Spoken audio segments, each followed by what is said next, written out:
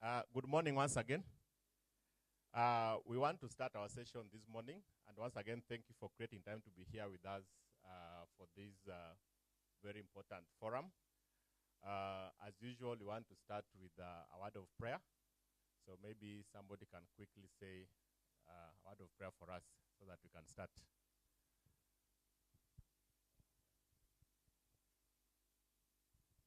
Good morning, everyone. Let us pray together. Our Heavenly Father, in the mighty name of Jesus, we want to thank you this morning. We bless your holy name because you have your great care upon each one of us, oh Father, even from the last time that we gathered together as a Kara fraternity. And we want to commit this meeting in your able hands, Almighty God, that you're going to bless us. Let your wisdom prevail. Let your peace prevail in this place. Receive all the praise, receive all the glory. In Jesus' mighty name we are prayed. Amen. Thank you very much. Thank you for that prayer, Richard. My name is Henry Cheng, for those who are seeing me for the first time. And we are your host here today as Kara. And of course, we're always happy to see the Kara family gathering to talk about issues that affect us and talk about what are the best solutions that we need to look at in order to address our challenges. So today we have what we call the Resident Association Chairpersons Forum. This is a periodic platform where we come together as leaders of various resident associations to look at what is it that we are dealing with and how best can we be able to have a solution. And of course, we always want to make sure that in the room we have people who we think have the responsibility to do certain things to respond to our issues, but of course also coming up with what we think will be the solutions, and then seeing how best we can be able to join hands together to address those challenges. So today's forum will be a little bit different. We want to make it more conversational than a lecture kind of approach that we've had before. So basically, it's going to be a conversation among all of us here. And as we talk about conversation, I know we are currently grappling with a number of things, especially on issues of urban planning, issues of uncontrolled development, and many others. So I know we all know what the problems are, we all know what the challenges are, but we also know what should be done and who should do what. And that is what we really want to emphasize on today. And we expect that at the end of it all, we should be able to come up with a very clear roadmap on how we are going to address this challenge that has been with us for so many years. So we have a program that is going to guide our conversation. I hope each of you have a program. And after listening to just an opening remark from our chair, Mr. Nyaga, we are going to have a representative for different institutions who are here with us to join us in a conversation and to talk to us or talk with us on how we can be able to work with each of them and jointly work together to come up with some solutions. So we have with us NEMA, we have with us the county government, Nairobi, we have with us the National Construction Authority, we have with us the Law Society of Kenya, we have Kenya Institute of Planners, we have Architectural Association of Kenya. These are some of the key actors in the whole urban development conversation. And we believe that if all these people, and of course others who might not be in this room, can be able to look at what exactly needs to be done, and everybody can play their part, then we definitely will be able to resolve the issues we are dealing with. So each of them is going to have an opportunity to just speak briefly on what they really need to do as institutions, or how we need to help them as resident associations to be able to address the challenge we are talking about. And then we'll also engage in terms of just highlighting what the issues are, but also proposing what the solutions could be. Because we want this to be a solution-oriented conversation that can then be able to be taken forward in terms of getting things done right. So without taking much time, ladies and gentlemen, and because time has gone, I might not ask all of us to introduce ourselves, but I'm sure when we are going to speak, we are going to introduce ourselves if you get a chance to speak so that we know where you're coming from. So I'll ask, before I ask the speakers to come, I'll ask our chairman, Mr. Richard Nyaga, just to come and make some brief opening remarks. And then now we can have our speakers come to the floor and we start the session. So Mr. Nyaga, please join us here.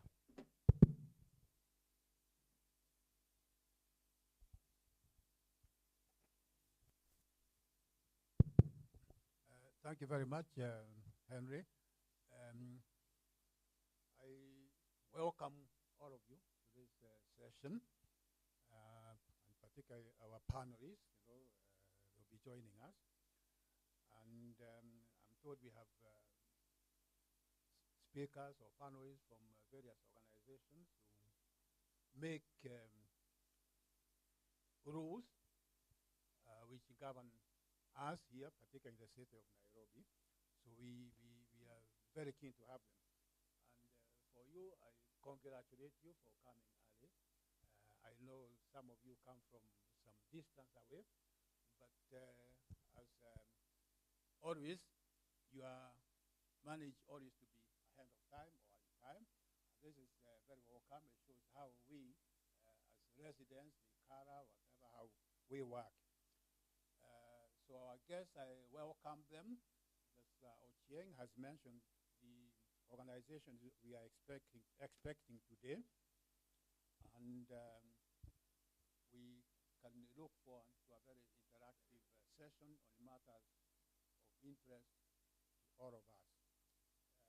We have a few colleagues from the governing council, and I just welcome them and mention their names. We have Dr. Herman, who is sitting right there, is a governing council member of Kara. We have Victor Majani, who is sitting right at the end there.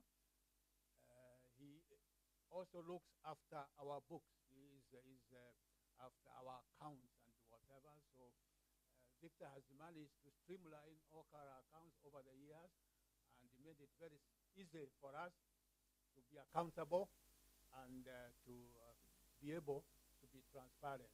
So thank you very much, Victor. We also have Mr. Namo, Arthur Namo here from Rimuru. So he's joining us. He looks after our strategies and whatever as chair of that committee. And they have also done a very good job, helping us recover financially from where we were during COVID. We had gone very low. We are now recovering slowly, and as you can see, we are becoming more and more active. That's very welcome. The your association normally has periodic meetings. Some of you come to those meetings to discuss matters of mutual interest to all of us, and of course, mutual interest to the authorities, the people who lead us. And we find this very, very, very useful. We have managed to create a very friendly relationship with the authorities so that they listen to us, as opposed to fighting authorities all the time. We now work with them because we realize that being combative, you scare the other people. They'll not even want to welcome you, to see you, whatever. So now we have a relationship with the government authorities at national, county level. We are not submissive to them, but they are able to listen to us. And if we achieve 10% of what we propose, we are actually very happy, because eventually we reach where we want to go. For all of you, thank you very much for being very loyal to your association, being able to turn up all the time. We invite you, and being able to contribute to the suggestions which help us move forward. One of the key interests, of course, for our association, for our membership, is to achieve, sustainable urban development, urban plan. When you say urban, of course, you are not talking just about Nairobi. We are talking about urban centers all over the country because all of them have to be organized. So as we talk today about Nairobi, remember, we need to develop urban centers outside our environment, which is Nairobi. So we will be asking our speakers, of course, to have that in mind. As we cannot just develop the city because the influx of people will be from the rural areas to the city. We are trying to make sure that our city does not overgrow, population. You see, now we are almost 5 million. That's almost unmanageable, for a city which it depends and have 1 million people. That's 50 years ago. So something has to be done to make sure that we don't keep on attracting more people into the city looking for opportunities. We need to make sure that the other cities countrywide are also developing, and our job as CARA is to help the authorities achieve that.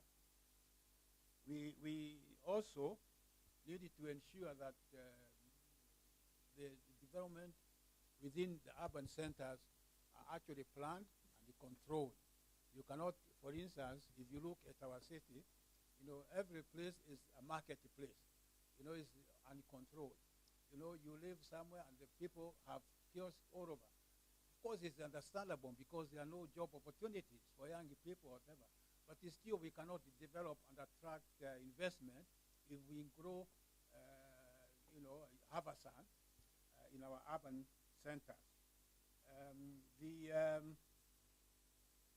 authorities we deal with, they are particularly very keen to work with us. For instance, I can mention NEMA, for instance, on the issue of environment. We are working with them. And City Council of Nairobi, they are willing, of course, willing and doing is different thing. But we encourage all of you within your areas where you live, if you can develop very good working relations with governmental authorities or political authorities so that we can all work together to move forward. Today we are having the Architectural Association of Kenya, because they also work with us. The Law Society of Kenya, we work with them. We actually have a memorandum of understanding with them, how we work. And the Kenya Institute of Planners. All these are agencies, non-governmental, which help, us achieve some of the things we do. We are key players in this nation, and we want everybody to recognize that we are part of the city and we can work with them. Today, this forum, I encourage you to participate in the discussion so that we can come up with a roadmap of where we want to take our city. We invite you to engage very actively in conversation today, and don't feel inhibited, but raise whatever issues you have so that we can all move forward together. At the end of the forum, we agree, or we hope we can have some conclusions of how we can now move forward together with all these agencies in the coming years. Finally, I think I would like to remind you that our annual general meeting, CARA, will be on the 28th March next month, 28th March, and we invite all of you to please turn up for that particular meeting, because that's where we agree. At least you review what your governing council, your secretary, what they have done over the past year, and you decide whether you want to keep them or, have new people, you see, depending on the performance. So it's your association, and it's very important for you to feel very, very involved the whole team. With those few remarks, I welcome you again to this forum. Please participate in the discussion, and let's see whether we can come up with some program for us to move forward. So thank you very much, all of you, and we will start. Let's give a clap to Chair. Thank you so much for those remarks and putting into context why we are here today. So essentially, just like Chair said, is that through these kind of platforms, we get to really understand the issues that we are dealing with, but most importantly, talk about how best can we be able to move forward in terms of getting solutions. Like I said earlier, one of the biggest issue or one of the biggest challenge that we are currently experiencing, especially in Nairobi, and by the way, there are people who are online, who are also in Mombasa and other cities, Nakuru, they're following online. But I know Nairobi, one of the most prevalent challenge we are currently dealing with is that of uncontrolled development. And I know that at our own level, in terms of resident associations, we've been able to make some strides or some effort towards addressing this issue.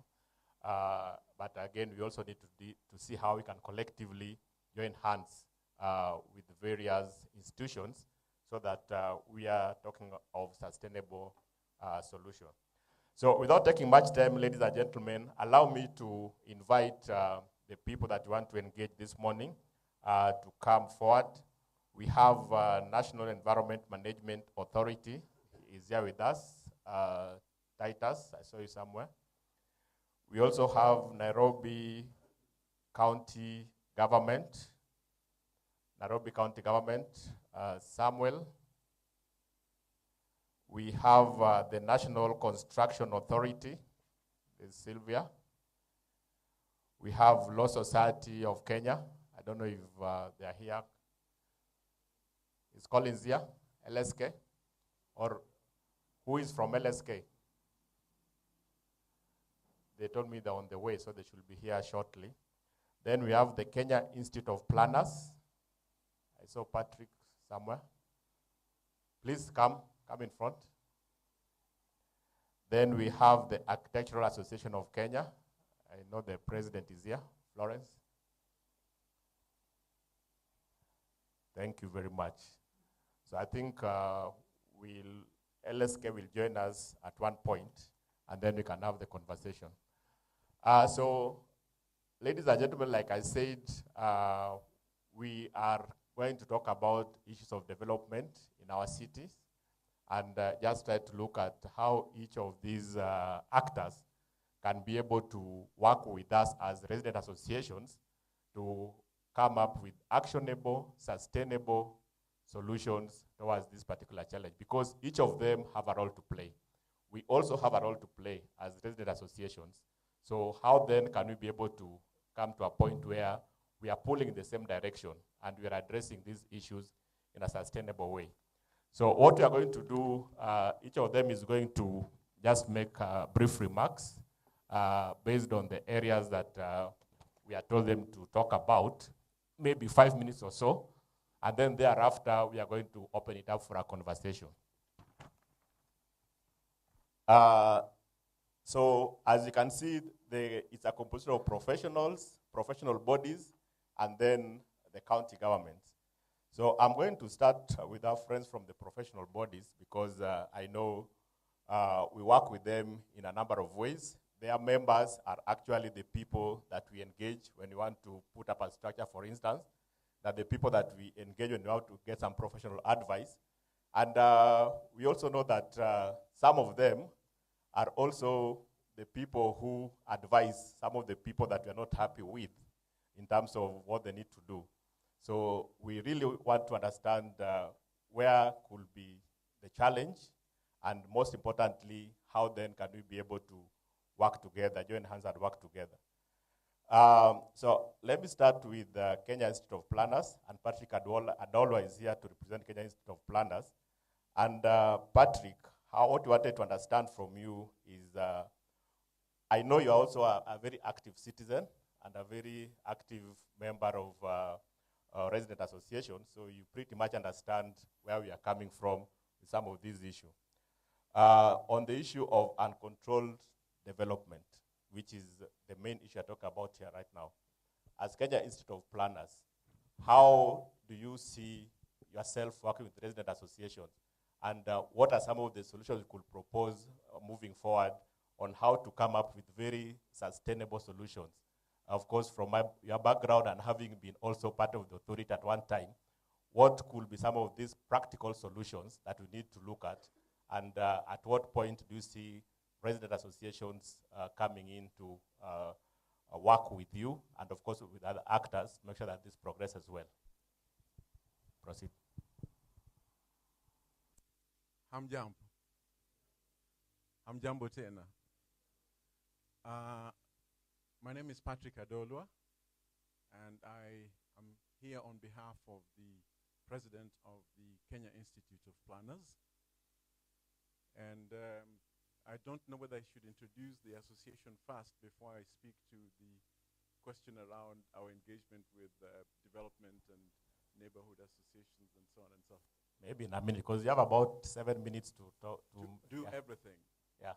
So we were created or established in 1999 with a membership of 2,500 members, along several cadres, corporate, fellowship and graduate members in various professional areas like town planning, environment, infrastructure, and so on and so forth, transport. So we are an emerging, we are a growing establishment.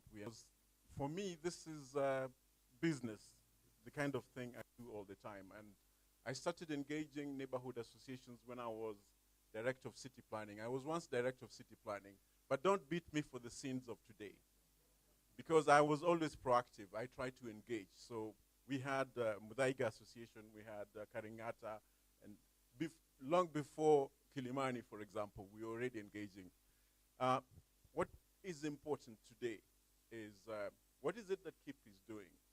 What we are doing at KEEP is to actually dive into the crux of the matter. We're engaging the issues as they come. Luckily for me, as part of KEEP, new plan, the Nairobi plan, was actually my brainchild, because when I was director of planning in 2001, the responsibility I had was to do a new plan for Nairobi.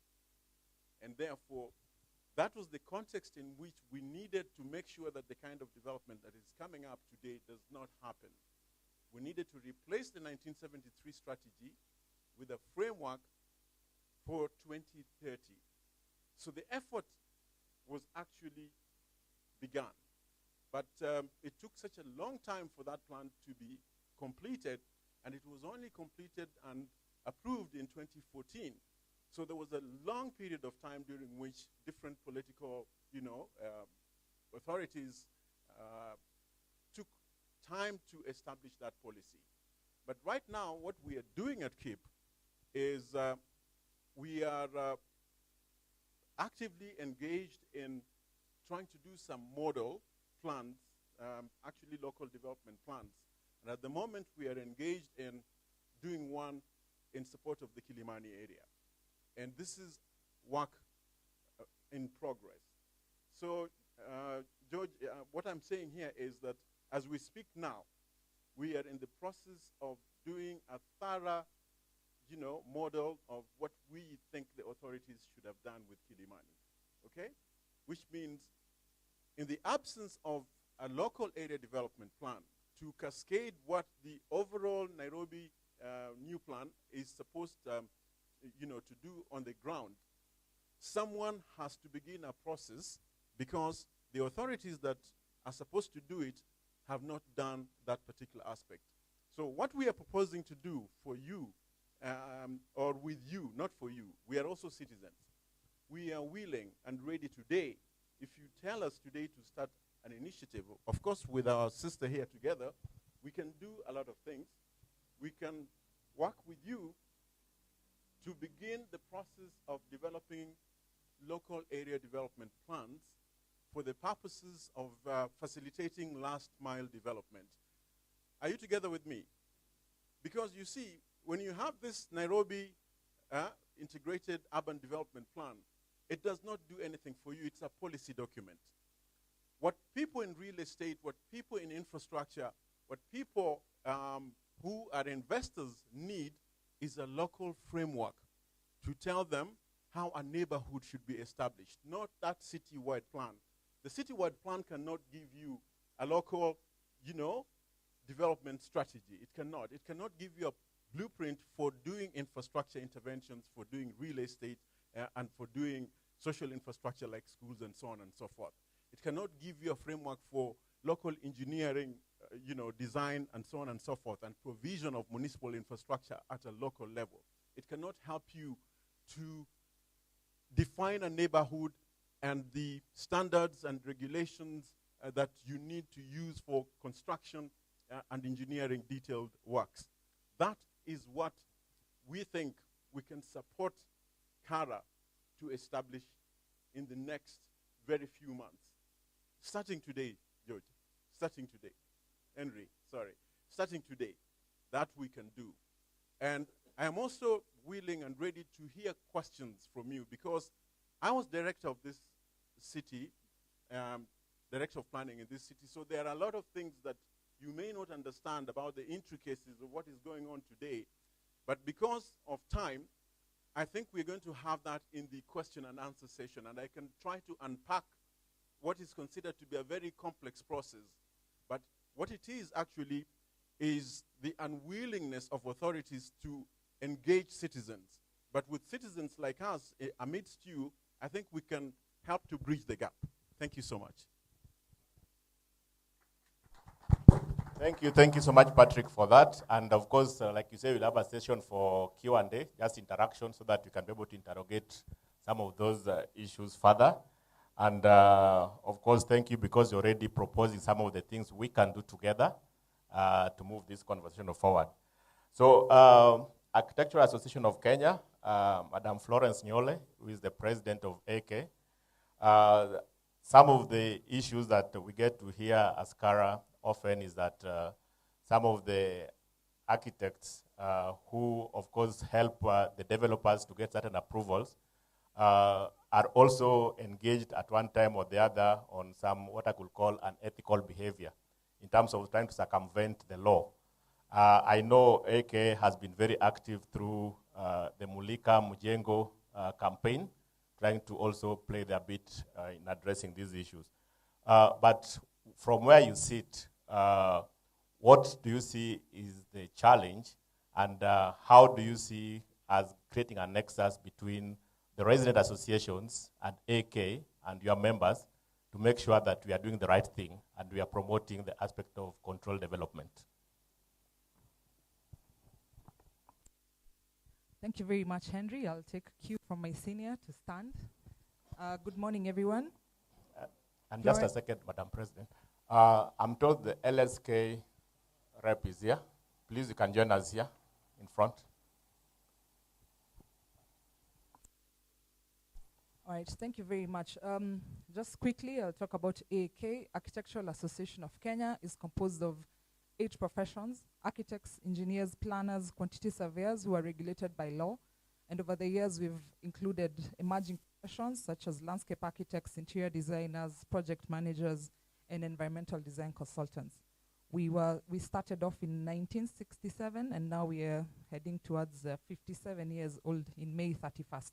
So we've been around. We are neighbors, I believe. We're just across the road on Kamburu Drive, Blue Violets Plaza, and so it's a pleasure to be here. I'm here with my team, the CEO, advocacy officer, and the research officer here, and I can see some of my members, my past president, architect Emma. I've seen some members here. Even Sylvia is my member. Yes.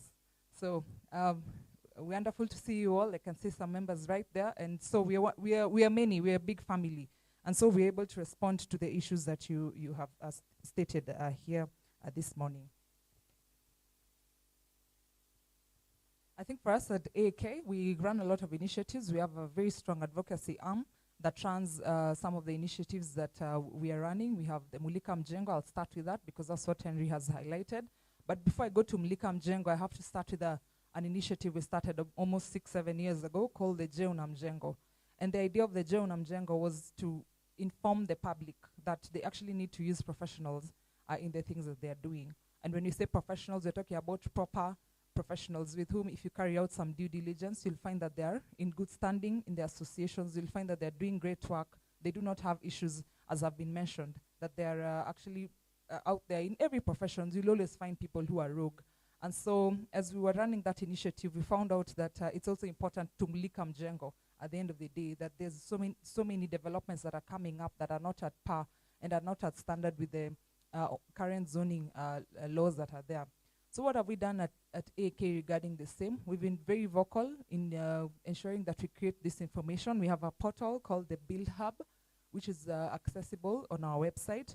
That particular portal gives you almost 30 counties in terms of the type of regulations that the counties have for approvals when it comes to change of user, when it comes to amalgamation, when it comes to construction development and so on and so forth. So any information that you have from what you need in terms of development control, you'll find it there.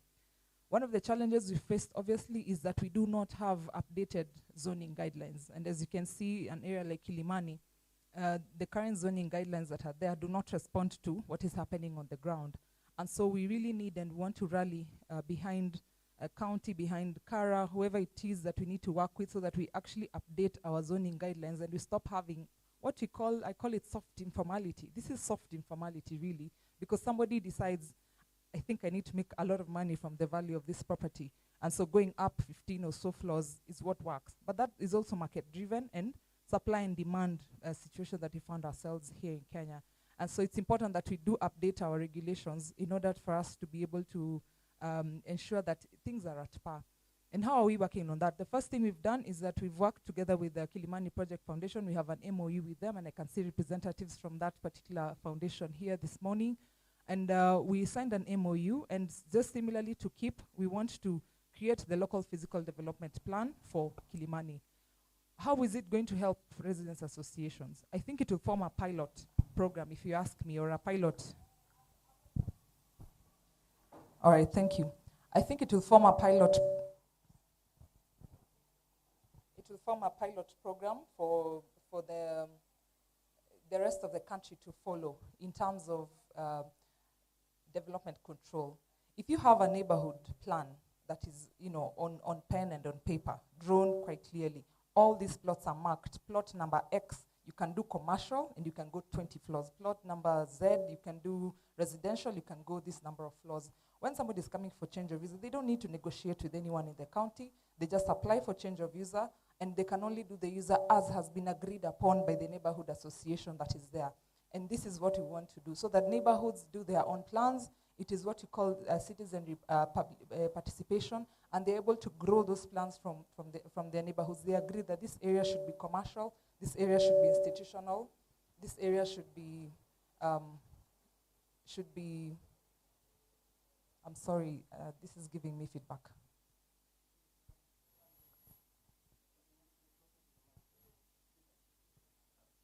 I was doing just fine. All right, thank you.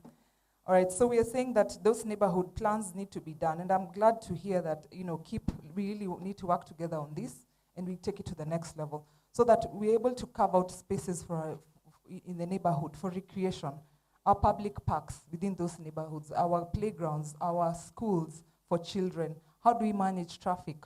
We can also plan on how we want the county to increase resources in those areas. Currently, the development control ordinances talks about the developer improving infrastructure. I don't think that is right.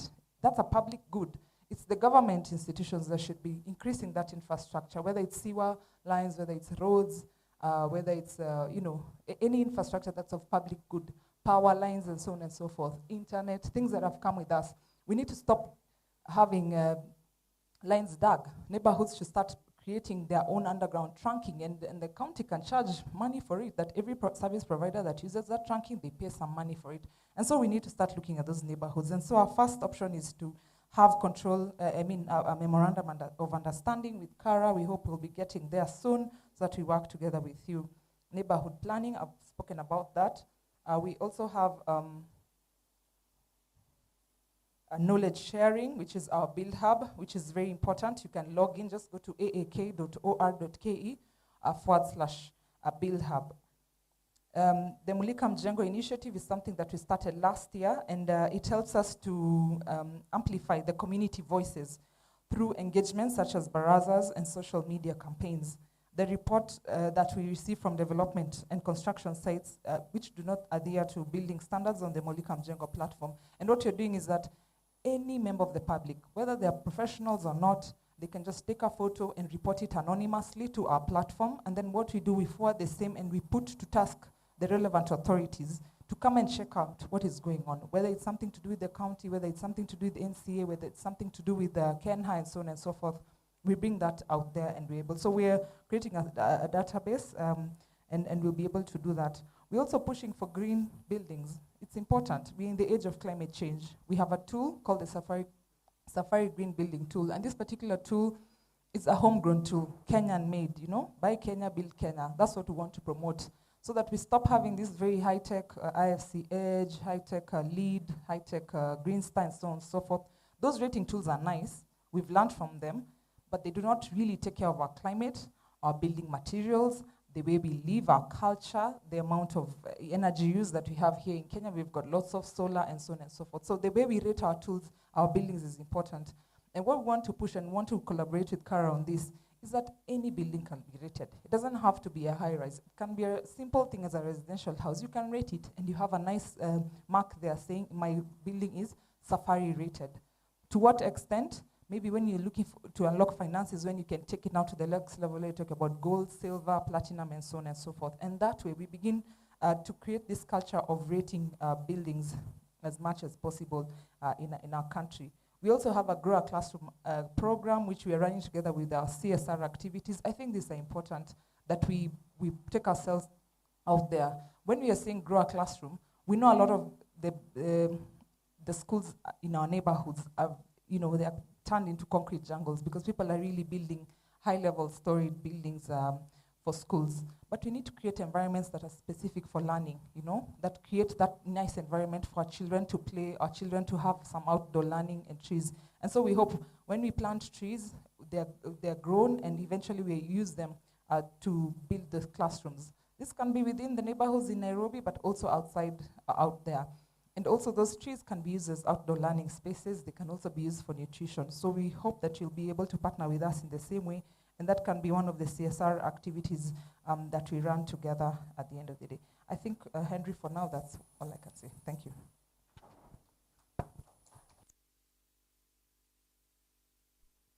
Thank you very much, Florence, for that. And of course, one thing that I've seen both of you have proposed, KIP and AK, is the need for neighborhood plans to be put in place. I think at one point we'll talk about how we need to enforce those plans, because already we have plans, we have regulations, we have laws, but the problem normally comes in enforcement and making sure that they're actually working for us. So one of the things we need to talk about, how do you make sure that they're enforced and people are actually complying with them.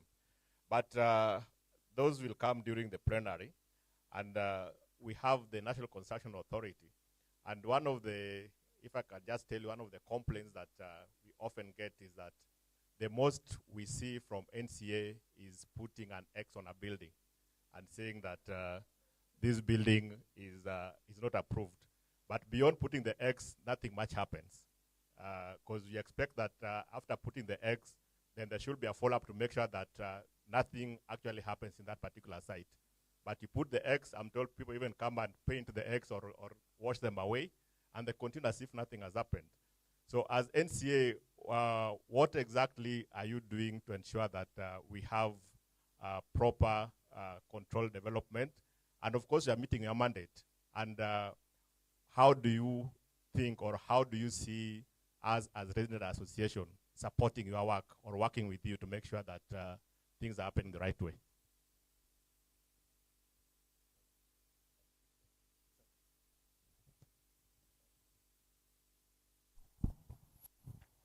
Good morning, everyone. My name is Architect Sylvia Sendi. I work at NCA, Department of Registration, assisting the manager in that department. Maybe a brief introduction of NCA. It was started in 2011 through a CAP, an Act of Parliament, CAP 41 of 2011. So our roles are majorly three. We have a regulatory role. Under the regulatory role, we'll ensure that all the contractors in the industry are registered. We also have something that we call accreditation. This is where we are trying to bring on board workers. We call them skilled construction workers who have the right skills. So we have skilled construction workers and site supervisors. We accredit them, that is just register them, and we're growing a database on that. We also have what we call project registration, which is where now all the complaints that are being talked about come in. Under project registration, any developer is supposed to register their project with the authority. It's an online process where an applicant creates an account, and then they fill in the details they're asked for.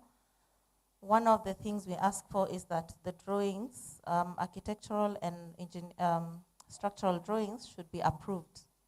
So that is one of the things we look at. We also ensure or ask for an undertaking from the professionals, the architects, the quantity surveyor, and the structural engineer, that they'll be part of that project from start to finish. And then, of course, we also look at that particular development working with a registered contractor who is in our database. Now, in the absence of that, we also one of the things we're looking at also is that there's a site supervisor on site, just overseeing. At least one site should have a site supervisor, of course, taking into account the complexity of the project under construction. So those professionals, usually we need them to do an undertaking, a letter of an undertaking. Our system is linked to the Board of Registration of Architects and Quantity Surveyors, to the Engineers Board. So everything is interlinked. So we usually, if a professional is not registered, we will just get the feedback that they're not registered. So then they need to put in someone who's registered. Then we also have the advisory role, where we do research and business development. And then finally, we have capacity building, where we do continuous training of people engaged in construction workers, that is contractors, skilled construction workers, and site supervisors. So now, when we come to the X, the perpetual X, what has happened, the authority recently, we have had that as a problem. We didn't have an enforcement arm. So we would do that when we come to site, and our work comes at the tail end, as I've mentioned, after the other approvals, the county council approvals, NEMA approvals, etc. So we come in at the tail end. So you come in and register your project as a developer. So we didn't have that capacity to, we were kind of like clipped. We couldn't do much. But now I'm happy to report that we have an enforcement team. We actually have a team that goes around. So our compliance officers usually will go to a site and check if it's compliant. We have a checklist that we look at. So if it's not compliant, they close it. And that is where the X comes in. If the site is not regularized, then we will have our enforcement team coming, and we have even made arrests and up to litigation.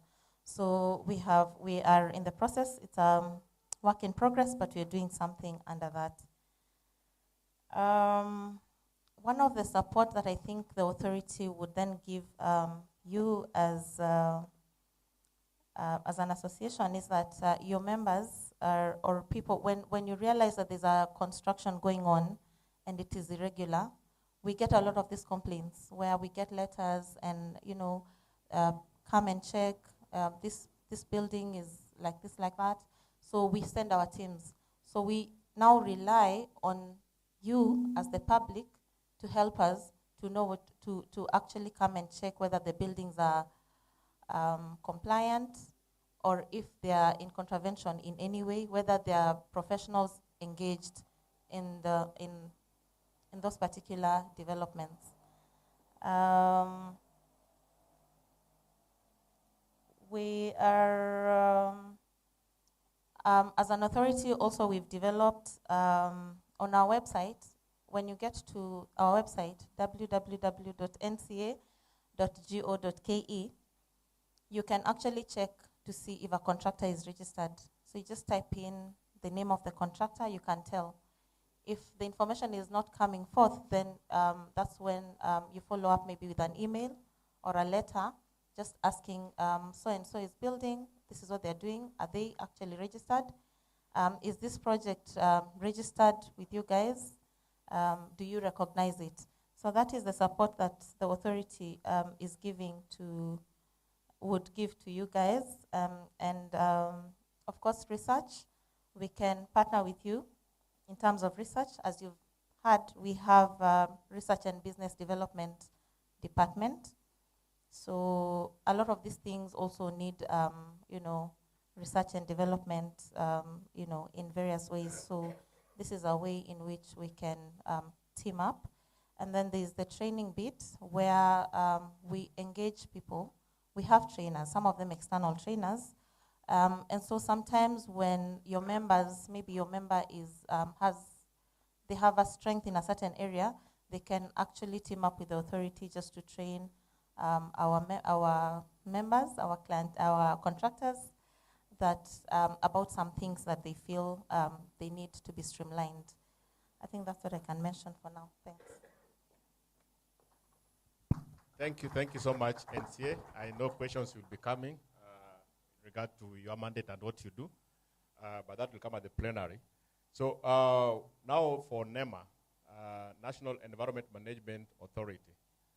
I think from where we sit, we believe that the environmental impact assessment tool is the most abused development control tool in Kenya, because the process is not being done properly. The decisions, we are not very sure about some of the decisions, and it is one of perhaps of the biggest contributor to issues of uncontrolled development. So as NEMA, are there any, or is there any hope that we can be able to make sure that this tool actually works for us? And where do you see as supporting you? Because like I said, as Resident Association, we want to support you to achieve your mandate. So how can we work with you? How can we support you? But how do we make sure that we streamline this process so that it does what it was intended to do and is not abused the way it is being abused currently? Titus. Thank you, CEO.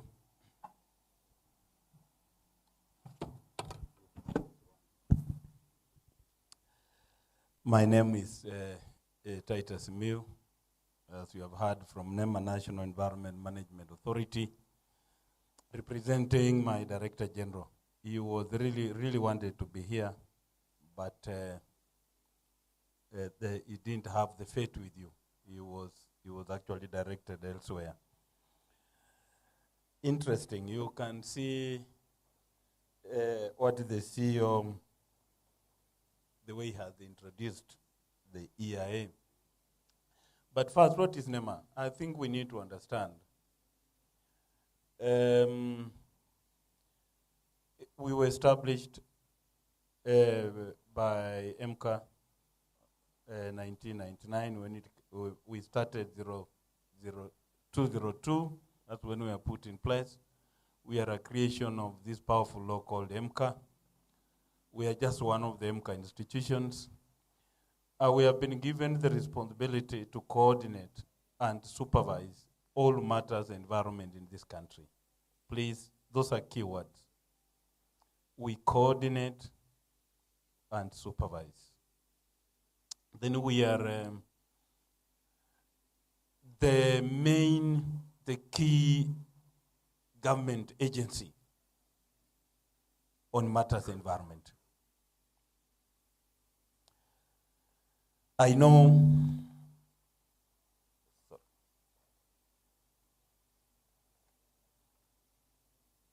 when my Director General has asked me to come, it was something very wide. I'm happy that we are narrowing down. But it is important first to appreciate that at NEMA we do research on the environment. You know, people have not known that. I'm just coming down. We do research just to establish the state. After we have done the research, we do the planning. We have a whole planning department, all environmental action plans. And I'm very sure this is, again, where you are required because it is participatory. When we have established the state of environment, then we develop a plan which is involve state and non-state actors, and institutions like yours should be involved.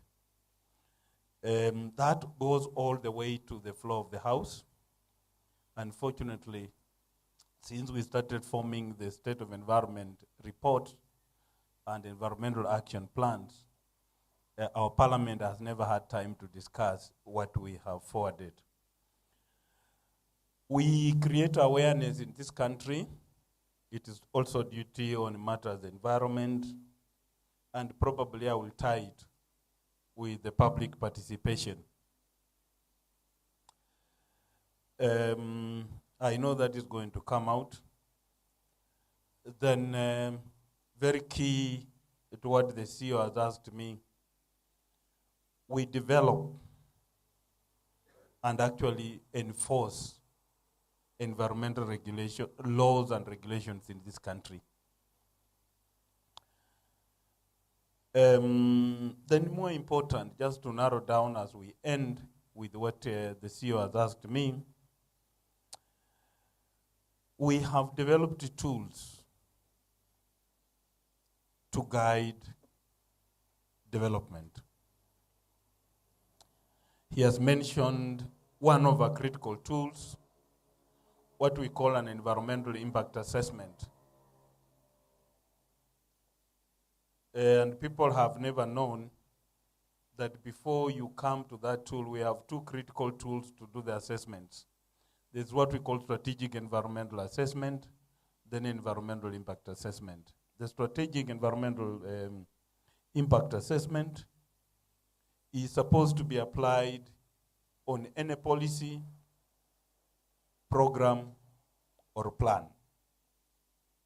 So if you have any policy being developed in this country, any program, or any plan, like what the former director planning has said, all those plans, they are actually generating in the county government. They are supposed to subject to what we call SIA. It's law.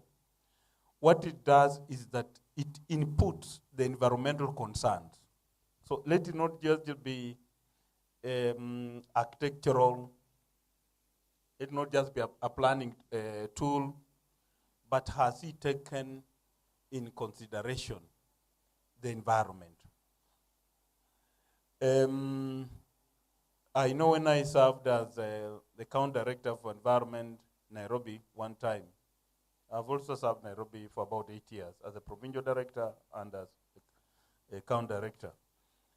We tried with the former governor Kidero to subject the CIDP to SIA, just to see how can we green it. I left before it saw the light of day. I don't know where it ended. What you do when you subject this, SIA determines the potential of any environment to accommodate those projects. Just like where you come from. if there is any plan, then we subject it to SEER. It will tell us within this environment, if you are to do this type of development, this is the capacity. Are you getting me? That if there are houses of this level, this environment, for it not to be polluted or be affected, it can only accommodate this number. Then after that has been approved, then we only allow that number. But now when you do the individual development, you subject it to what we refer to as environmental impact assessment. That means the individual projects now, they are now not policies, programs. It is now that individual project. We assess its impact on the environment.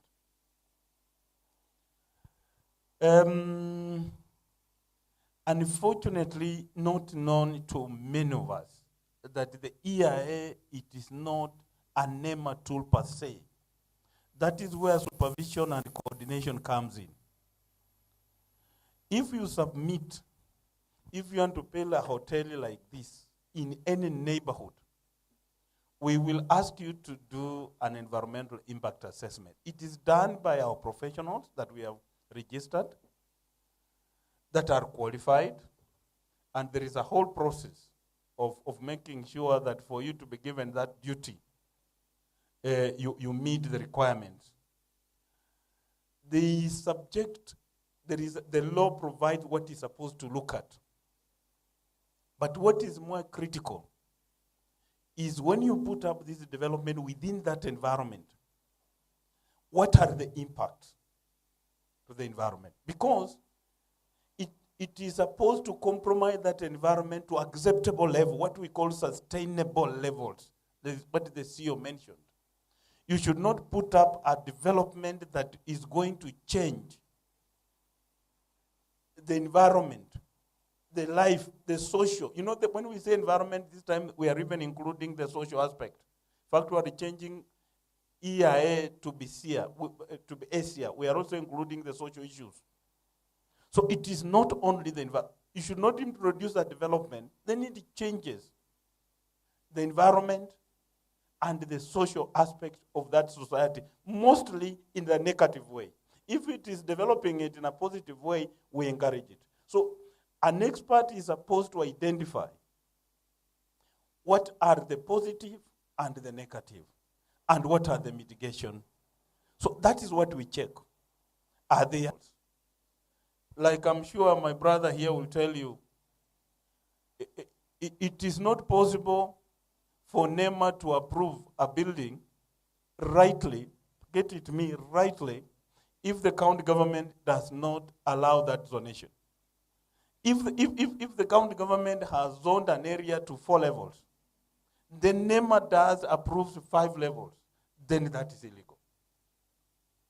So what we do is that we normally give, the law talks about 10 reports when a developer brings in. What do we do with the 10 reports?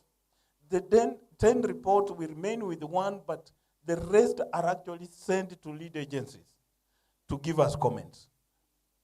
So we respect. Unfortunately, I know when I was in Nairobi, Karengata really struggled to be getting copies from our office for their input. When we consulted, the law did not allow. We are only supposed to go to give to lead agencies. Those are government agencies. But we used to allow them to come to the office, or they used to make copies at their cost. Look at them, then bring the comments. What is your role as? Now, you know, we'll be advised by government. Government now, county government will say this. I don't know when I left that office. I'm not very sure whether it goes to NCA when there are buildings. But we, depending on the nature, like you know what is burning, we send to Watu wa Mafuta, IPRA, and we send it to everybody. And we cannot approve if the lead agencies, the key lead agencies, raise issues. Another key input is the public participation. And that is where you come in. So, a project that has negative public input cannot rightly be approved. But you cannot just, because you are a neighbor. I had such a project when I served as the regional director for Coast Region at one time, where I will not mention, a politician wanted to have the only good house in the neighborhood. Anyone who comes up and says, Mapana. So you may influence and reject a development not based on any good reason. So please, when you do the public participation, when you say yes or no, more important when you say no. When I used to approve those things in Nairobi, I used to look at why is it making you say no? Is it just because you don't like the neighbor? Because sometimes the neighbor may be even doing something lower than yours, but you'll still find you objecting. So what do? You may object, but we approve based on that. If you feel injured, please, and this is probably the information that you need to know. You don't need to go to your house and start saying, nema sijui nini. You have a chance. You raise it with us. We can still give further orders. Or better still, you go to the tribunal. Because when you go to the tribunal, it is not the developer who is also the first accused. The first accused is always NEMA. The developer is number 2 always. Because that means NEMA, we had an opportunity and we have duty. It is not what we are doing you favor. It is duty. That we consider the input of all these government agencies and others. They need to guide us. That's why I say we coordinate. So for us to give that EIA license, we are just coordinating your comments and the comments of other government agencies. Yes, I know you will raise issues and say, what is adequate? Who are you consulting? That has been a big issue in this country. That our experts, when they know the chairman here probably is aware and he has issues, watamruka, so that they look around. And more important, they may not come to people like yourselves, the professionals, the interested. They bring what we call affected. People who may not have big interest. You get a fundi who has come to work in an area, then you say, fill a questionnaire for me. It doesn't care. So these are things we have been advising our officers to filter and make a determination. Is it true that the public participation that is on that report representative of the feeling of the neighbors? We have changed the system a bit. We are moving away from these things called questionnaires, where somebody throws friendly houses, and normally what we do, if you have given me, I'm an expert, I will give the proponent, and says, you know the neighborhood, yes, can you give to your friends, then they advise NEMA. We still have those mischiefs. We can't rule them out. So that it is selective. But what are we now doing?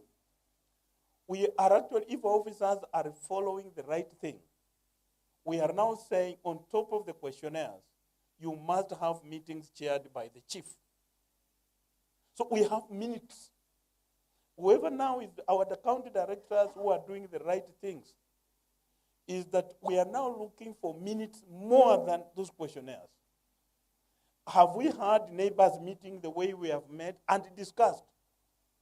Or is it, when I approved one, I was on leave because I take that responsibility. When I was in Machakos, and I was on leave, and someone, kind of Mahali, wanted to get approval to get sand from a river. Then he gives the chief with 100 shillings. So the chief used to go to every house, say, sign here and you are given 100 shillings. And when they started now carrying sand, the same community says, we don't want this sand, and then banned the school. schools, they closed the school and they will go, and it was called when I was even on leave. But you know, when I went to that meeting, I left a hero. The reason is I produced the report and he said, can I read the names? People say, don't read the names. Our problem is our chief and our DO. So what am I saying? I've taken a lot of time on this because I know this is exactly where you come in. You need, as the residents associations, you need also to watch for us. As neighbors, you need to watch for us. If you see, we may not be everywhere. Like in this country, every county has one director and one environment officer watching everybody in that county. Is it practical to know your problems? So this is where you say, if we can come to your organizations, then put in mechanisms to watch for us, what we call the incidents. Then raise them with us. If you think you are not being helped by that county office, we have now regional offices, and we have Nairobi. Definitely you will be heard, and the correction. Please don't wait until the building, like we are now struggling, I don't want to say somewhere. People are now saying the building was supposed to be 15 floors. It has now gone to 18 floors in Nairobi here. It went to the tribunal, but say it is now done. Can you settle it outside the court? You see now, again, they may not like it, but eventually it was discussed, and the 18 floors are existing, and they wanted the 15. So don't wait until it's too late. Then you start blaming NEMA and say, now what work up? We may not have the capacity to watch every building. After a lot of time, thank you. We'll wait for questions. Thank you so much. I know there are many questions to NEMA. Even from your presentation, I think there's so many questions that we need to respond to. Yeah, I think we are about to finish with our guest. Then we open the floor. I want to come to the Nairobi County last because I know that's where the crux of the matter is. So we have LSK with us.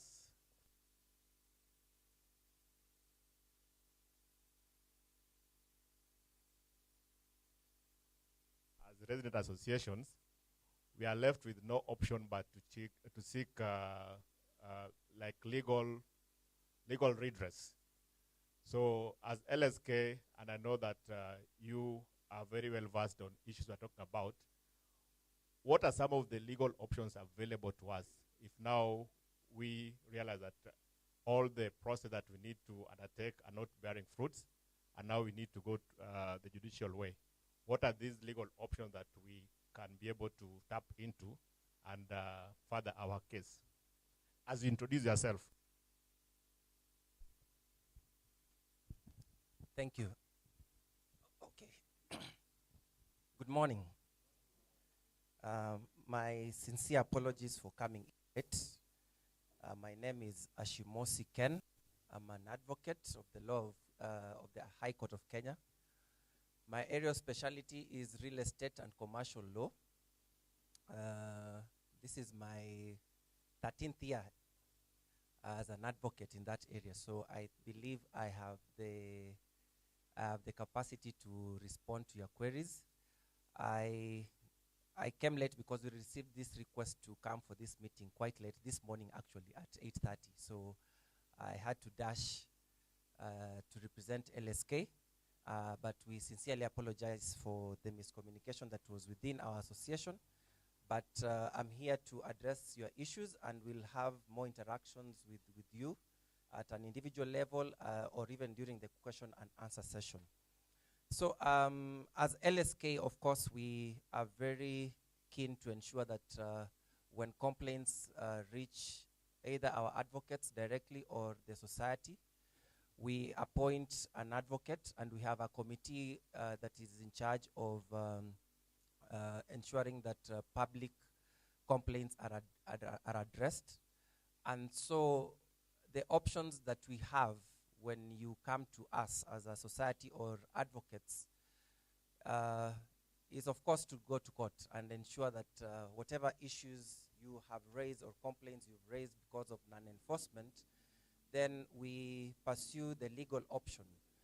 And depending on the complaint, on the nature of the complaint, you have the option to go to the tribunal, depending on where the matter is, and or if the matter is so advanced, you have the option to seek redress from court. And when we approach court, you have various options as well. We have public interest litigation.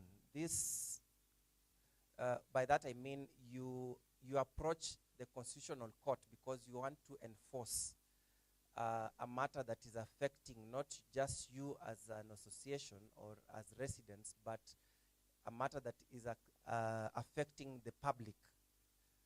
If it's a development that is going to affect the rights of the individuals within a particular area that is not just limited to a particular estate, for example, then you approach the constitutional court. And such matters, you approach such matters through, we call them public interest litigation. Number two, you can get injunctions from court to stop any proceedings, to stop any developments that you think were not, did not follow the procedure, the laid down procedure. Maybe they didn't get the requisite approvals. Maybe they did not even circulate a notice for public participation, because every development in any neighborhood, the developer has to put up a notice and say, maybe I'm putting up, I'm changing my user from residential, now I'm putting commercial, or residential, I want to put a hospital. And the public is allowed to participate. They're given an opportunity to participate. What we've come to realize is some, unfortunately, because of corruption and corrupt government officials and also developers, they will skip that. And the next thing when you wake up, you see bulldozers and caterpillars in your neighborhood, and you wonder what happened. So in such situations, you go to court, and the court will issue injunctions against such developers until the matter is heard and determined. Of course, once you get the injunction, then it's in the discretion of the court to make a ruling based on the arguments that will be presented to it by either side. The other legal redress that you have, cases under judicial review.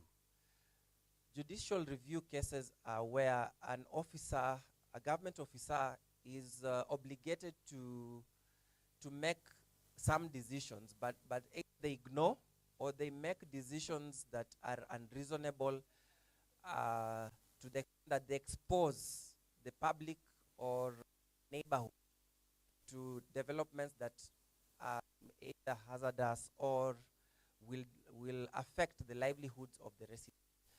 So in such review applications in court to set aside decisions that have been made by government official or even enforcing. Sometimes it's all about the officer enforcing a decision or not following, not taking the responsibility to ensure that whatever he is mandated to do in law is done. So we go through the judicial review process, and I can confirm to you that we've had numerous success applications going through in court. We've had injunctions being issued by court. We've had, I'm sure you've had some of the resident associations which have successfully filed injunctions, and at the end of the day, the developer is told you cannot put up such a structure. At the end of the day, the developer is told whatever you are putting up, you have to bring it down. And that has happened. The only challenge I know we suffer as human beings is patience, because the judicial processes are not, sometimes don't move as fast as you expect. And in the process, we become frustrated, but that is the journey to justice. So I think those are the options that I can just share with you in summary. Of course, sometimes we always encourage the residents or the residents themselves or the associations to be very vigilant, because by the time you're coming to LSK or you're going to an advocate for a solution, like my colleague from NEMA said, sometimes it's too late. It is too late and there's nothing you can do. You can get that order, but it's when you look at enforceability of the order, does not make even commercial sense. So I will encourage the associations that by the time you pick up any issue or you get wind of a development that is coming up and you've not been consulted or the developer has not followed the procedure, move very fast, be vigilant, because also the law does not this maxim in law that says the law does not favor the law favors the person who is proactive. If you're not proactive and you sit on your rights and you approach court when it's too late, the hands of the court are tied, right? So we need to be very proactive about it. I think that is what I can highlight in terms of the options, the legal options that we have. And of course, sometimes it's all about negotiations, and the judiciary is also keenly inclining to mediation. Sometimes the issues that you bring to advocates or take to court, the court sometimes will make a decision or advice that parties negotiate, because there's always room for negotiation to ensure that both parties, there's a balance, there is accommodation, because we still need these developments within our city as much as we need the developers to follow the law. I think that is what I can highlight, Chair. Thank you so much. Thank you. Asante sana for that. I think we'll, and said we saved this for last because as you sit here, my friend Sammy, you stand accused as the weakest link in all this thing about uncontrolled development. And everything, much as we talk about NEMA and the others, but ultimately, I think I even heard my friend here from NEMA saying that their hands are tied. Of course, that is passing the buck in a way. But I think the feeling is that the weakest link is at the county government, and there's a problem that needs to be fixed. So what exactly is the problem? And how can we, as resident association, support you? Because we know if we support, if we succeed, we succeed. And we want to. My name is Planner Sami Shileche. Planner Sami Shileche. And I'm honored and privileged to be able to come and meet you. I'm representing the CEC, Stephen Mwangi, and he sent his apology to couldn't make it. He had an urgent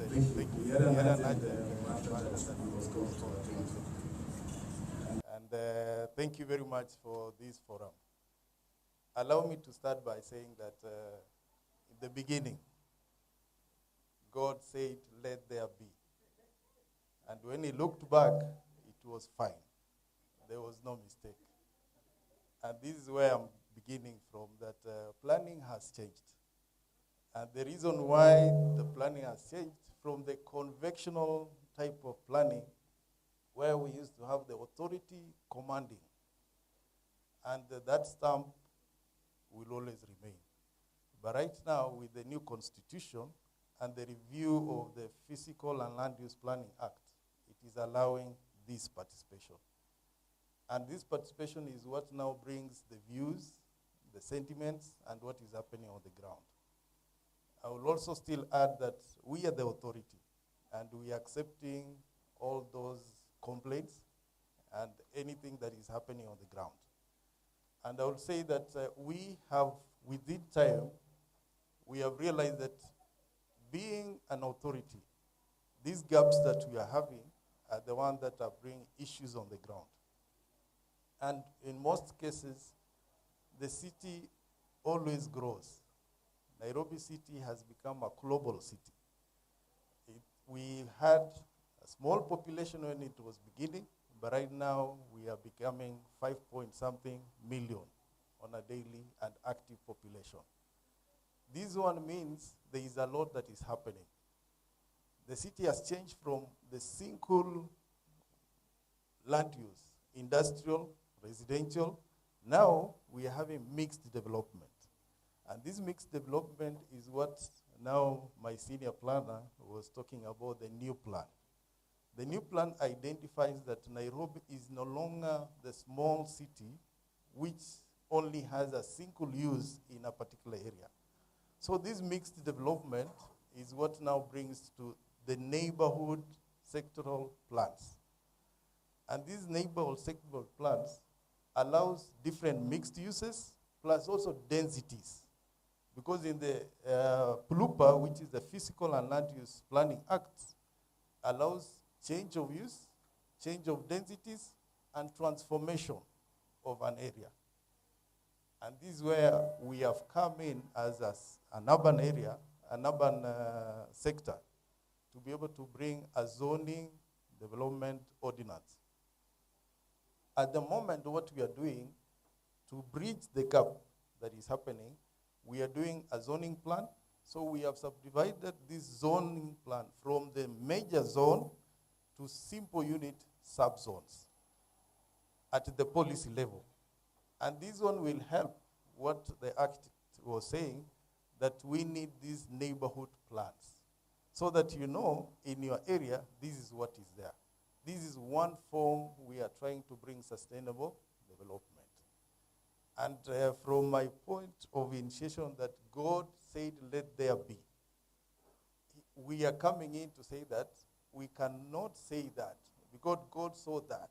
But as we are coming to say, can we collaborate to that level? What can we do? And from that point whereby the city is transforming, long time ago, we used to have residential units in Upper Hill, only single dwellings. But right now what has happened, there is transformation. Now what we call change of densities, increase of densities. What is happening in Upper Hill? Is it allowed? From a planning point of view, it is allowed. The law gives a transformation period of 10 years, 15 years, and 30 years. And after 30 years, things change, which now you are seeing. Nairobi is becoming a global city. This transformation is what now is bringing the issue. When there is high rise, when the Kilimani is changing, when we are proposing or approvals are coming up, this gap is what is bringing the issue. Now, the major problem comes in at the enforcement. And that is why we are coming in. And today, I may not give proposals. I will be allowed to listen to you.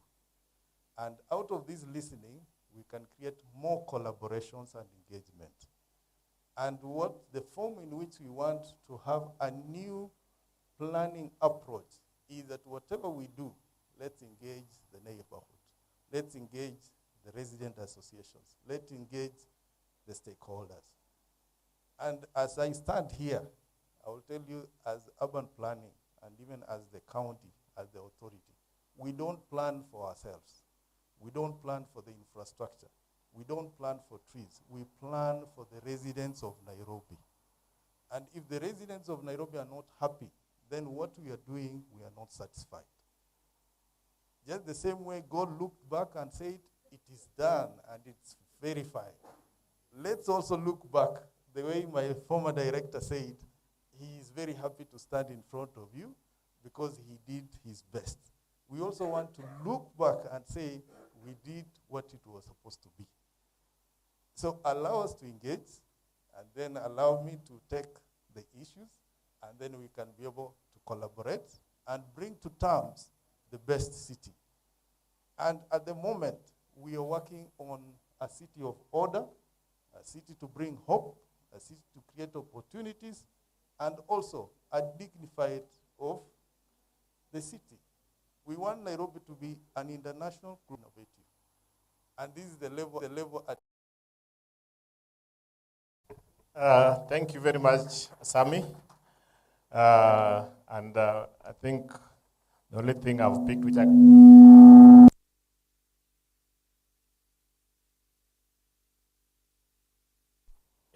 I think one thing that I've picked, which I can respond to you immediately, is that you said that if the residents are not happy, then they're not succeeding.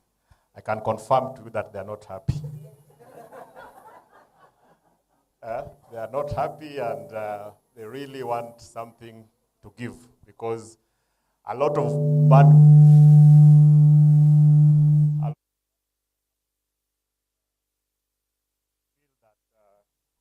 there's so much that needs to be done, especially by the county government and, of course, other actors. And that's part of the reason we're here today, ladies and gentlemen. You've heard from our guests, and like I said, these represent mainly the key actors in the urban development space. And each of them have a role to play. And together with us, I think we can be able to come up with very, very sustainable solutions. So I want to open the floor for all of us. And I know we have many issues. I know we have real-life stories, real-life incidents happening in our neighborhoods. And of course, we'll be happy to hear some of that. But because we are here today as the main actors in this space, it will also be good for us to talk about some of the practical steps and solutions that we wish to see happening, and especially how we can be able to join hands together, all of us, to make sure that we are tending towards a sustainable solution. So like I keep saying, when somebody is invited to speak here to be like a speaker, they don't have monopoly of ideas in terms of solutions. We are the wearers of the shoe. We know where the shoe is pinching. And we also have the solutions, because we know what needs to be done or what is not happening that needs to happen. So if you can be able to vocalize that here now, we'll be taking notes. And one thing that we'll do, especially with the government agencies, is that we'll follow up this with a very clear communication to the leaders of the agencies, indicating what we have agreed needs to be done to address this solution. So feel free to propose your solutions.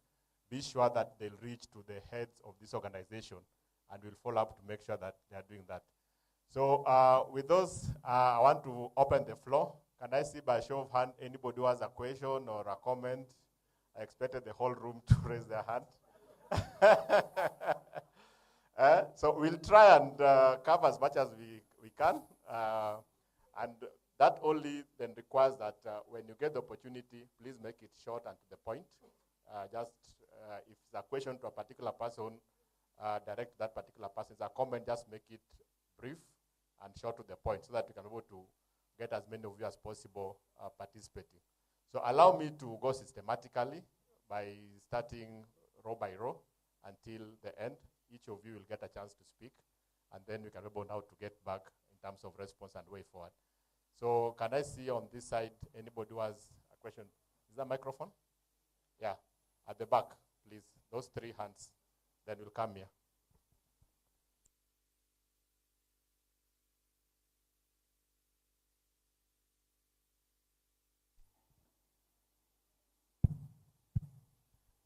Morning, everybody.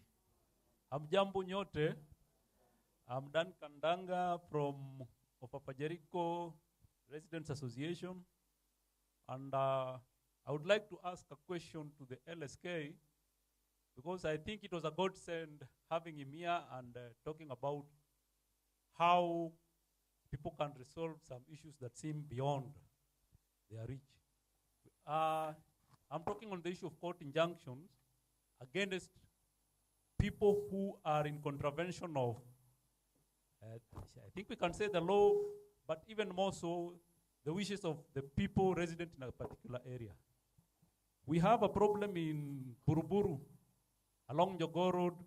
We have a building, not even a building, a facility which was of historical significance to the nation, the Tomboya Community Hall, that was designated to assist the historical development of our country and to be a piece that would remind us of where we've come from as a nation. Shamefully, that has been grabbed, and at the moment, a developer is on site. The area has been fenced off for the last several months. The residents of Buruburu, who are our neighbors, have been rushing everywhere. I have with me something that can show what has been attempted from the city council to the NLC to almost all the offices. Promises have been there, but the developer is currently, even as we speak, on site without signage to show that there is something going on, who he is, what he's up to. No public participation has happened, and yet it's a community land with something of historical development to the nation. Yet it has been grabbed before the eyes of the residents. My question now to the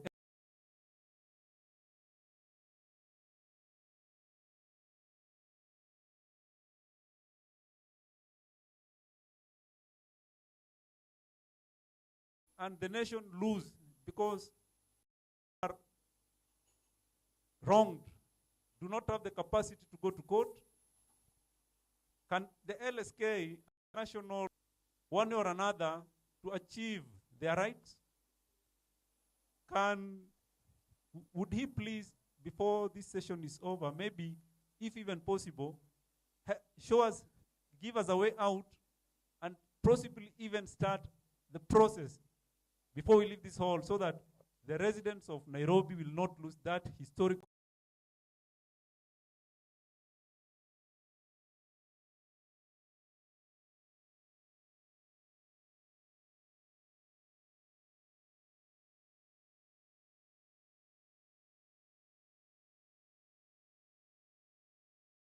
talked about. I have a question for the Kenya Institute of Planners.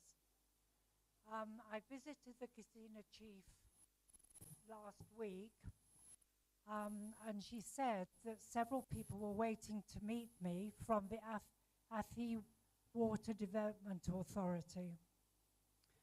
And I was very surprised because I don't know how they knew I was going to see the chief.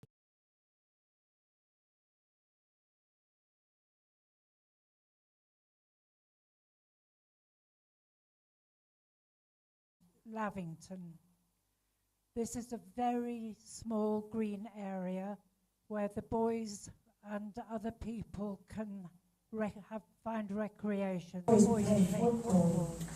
It would mean that they could no longer play football. The smell would be an appalling health hazard, and the sewage. And the value of the property in the area would plummet. Please, can the planners give me advice? Thank you. Thank you very much. My name is architect Irina Butu. I'm here to represent the Kilimani Project Foundation. My question goes to NCA. The good lady, fellow architect, she indicated that NCA only issues license after the other agencies have issued approvals. And when I speak of the other agencies, that is NEMA and the county government. Kindly tell me, is it possible for the turnaround between an application by a developer stroke contractor and your issuance of a license to be a record 24 hours? Just curious. How long does it take? Thank you very much. Very straight to the point. Good morning, everyone. My name is Sam Odiamo from African Institute. Hello. Sam Odiamo from African Institute. And also the chair of Common Law Switzerland. So I represent several estates in our ward. My first question addresses some issues that Mr. Sileche had in this forum of today, and at an earlier forum, Mr. Sileche, you remember there was a time we sat with you in your office regarding approvals or regarding turnaround on approvals of buildings. We, residents associations, are supposed to oversee on the paperwork of what has been approved. But in most instances, people start building without those seeing physical approval papers ready. Because they say the process is going, the committee is sitting, it is nimepeleka hii, sasa nitarudi next week. Could we, just like Wakilia said here on the NCA, could we work so that the approval system of the county government to start with, because that's the one which has so much bottlenecks, including committees, if you know what I mean. Regularization process of NASRA was approved, but it took almost 4 months as people were submitting those things, and they were not even going anywhere until the offer itself was exhausted before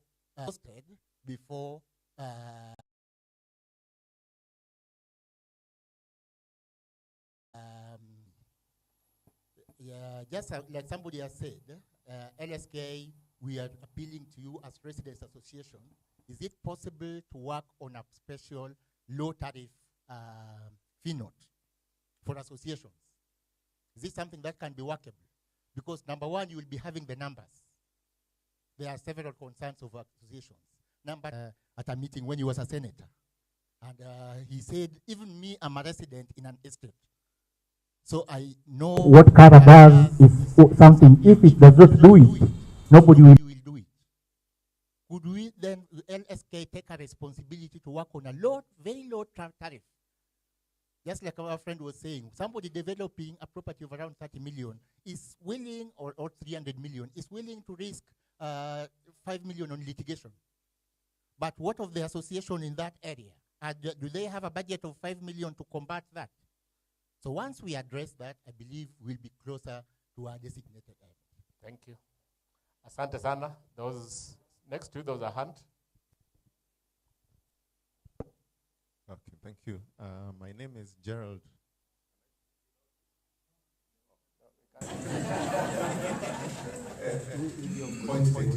All right. My name is Gerald Monty on the Waterfront. I come from Langata. I am here partly as a team of Langata Chairpersons Forum.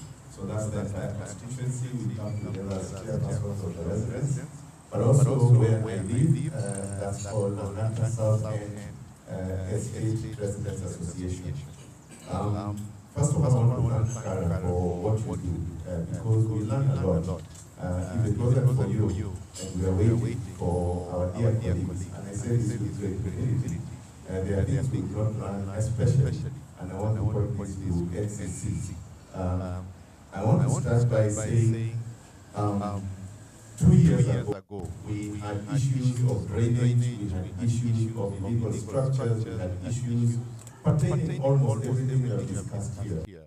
And we were visited by a very powerful team then, just before a change of office. Very powerful. I say very powerful because even people thought the president had come to Langata himself.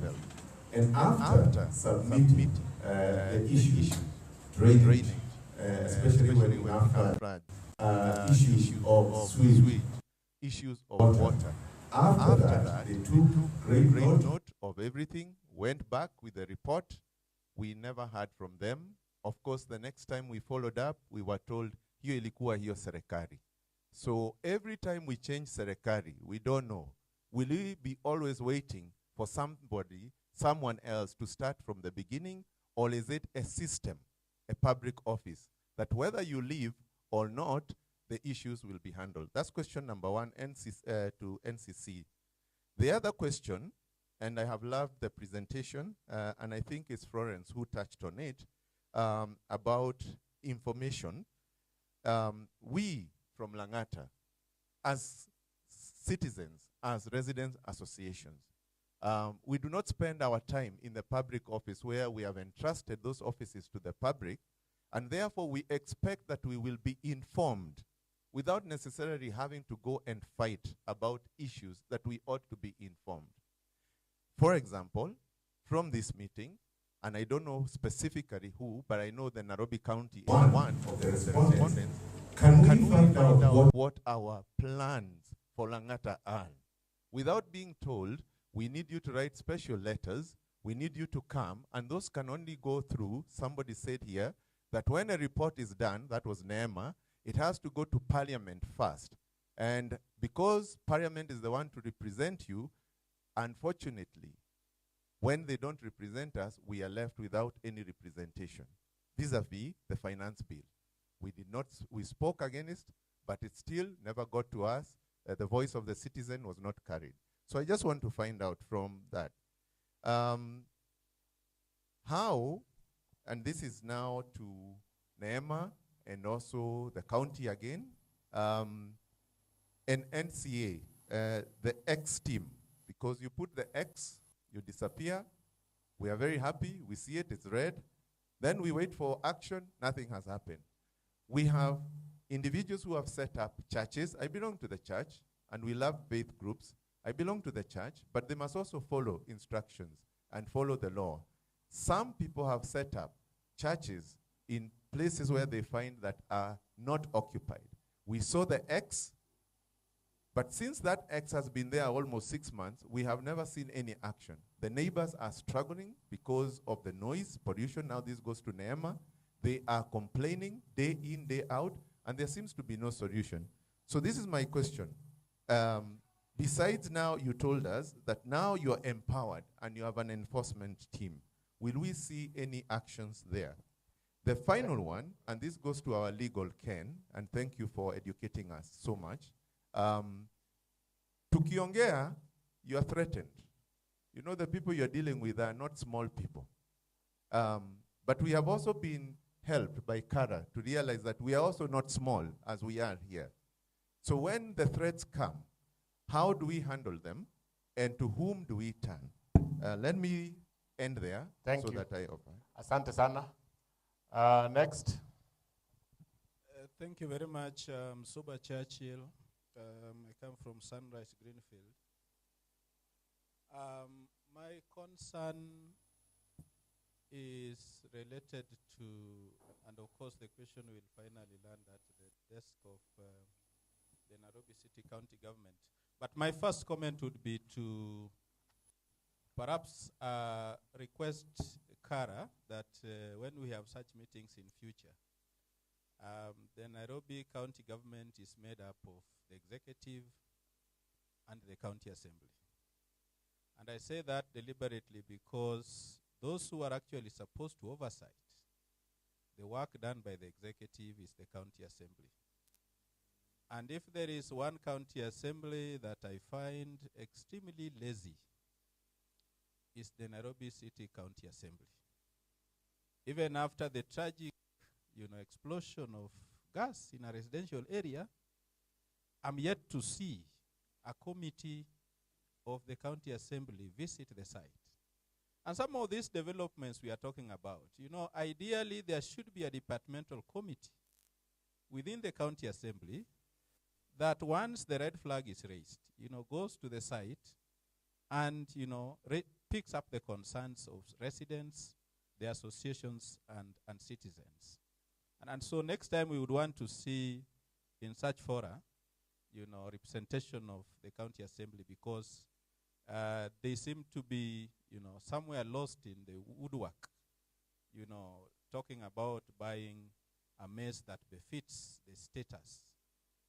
Yet we do not see that status in action. But back to the issue at hand, my question to the people from the planning department is whether there is political interference in your work. Part of the reason I raise this is because we know that we are under a very populist government that, conveniently makes references to hustlers when they want to escape away from responsibility and accountability. And I say this with respect to planning. The governor is on record saying that, Nairobi does not have to be perfectly neat. Now, what that may mean to planning is disaster. And I'm imagining if such misguided notions are taken up by politicians like MCS, how much they can interfere if, for example, a building that was approved to be 15 floors ends up being 18.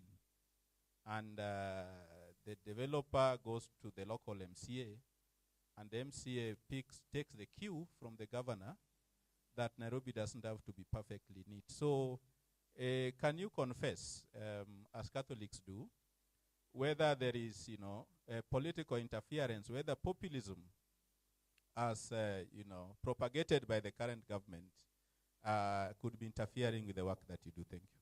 Thank you. Thank you very much for that. I think, please take note of whatever question you need to respond to, then we'll respond. But like I said, also, if you have some practical solutions that you think we need to talk about, you can also propose that as you speak. So, what's the mic? Okay, good morning, ladies and gentlemen in the panel. My name is Jenga Kavuyo Wakamoyo. I'm from Rirota Dagoretti Residents Welfare Association. I go straight to my points and questions. My first one is to Patrick Adoro. I think the second name is correct, from KIP.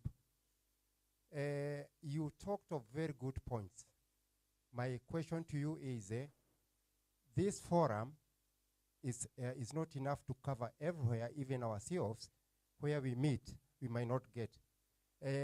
The kind of information you are giving about, or rather the education, where else do you take it? Do you use the electronic media, and I mean the radios? Go to Ramogi, send somebody else to Kameme and everywhere, so that they can speak and people can hear from their houses. Then about the Mark X, it is quite a concern, I agree, because there was, on my neighborhood, there is somebody who was constructed right up to the riverbank. And even he has interfered with the flow of the river. This is Kerichua River near Renana School. And his building was marked in 2019. To date, it's still there. And one of the buildings has started even collapsing the wall. And the stones are falling onto the river, even causing a greater blockage of the flow.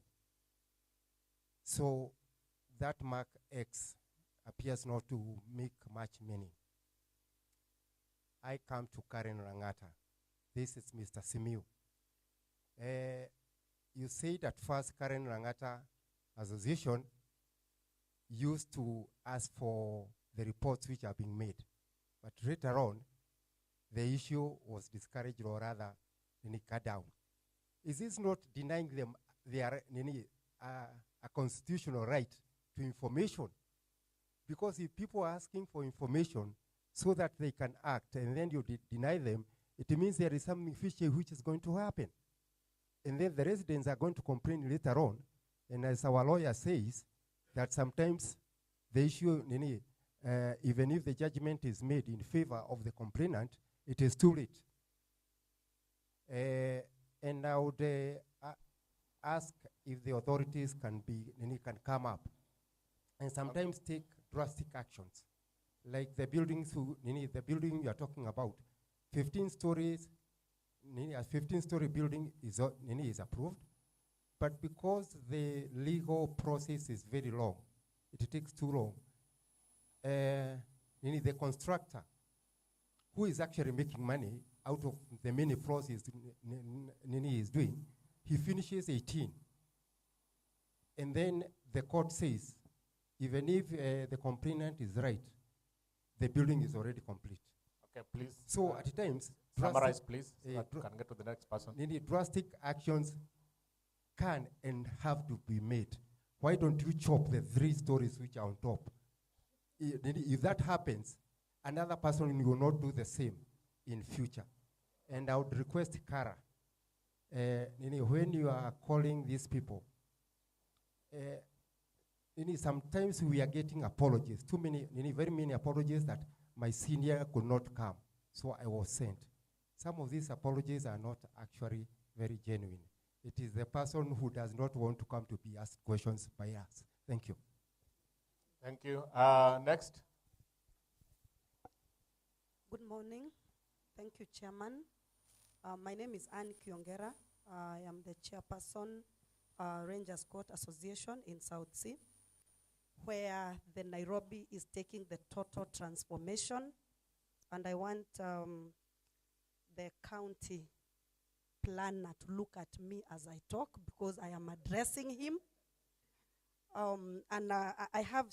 You have taught me a lot, and I want the South Sea people also to listen, so that after here, we know where we are headed to. I have learned something new, talking about, I know the change of use. The NEMA officer said that people were given questionnaires. Of course, they used to give fundis, not the homeowners. And I like the new idea of having a baraza and the chief, and that one is a good thing already. Then you talked about change of density and mixed use. And that's where now I'm coming direct to you. And maybe you can also be helped by the former planner, because I have lived in South Sea during the former and the latter times. And I also don't want us to be fixated, because I'm feeling so fixated when I'm talking about a home that probably I invested and refused to enjoy life, to come and live in a good way.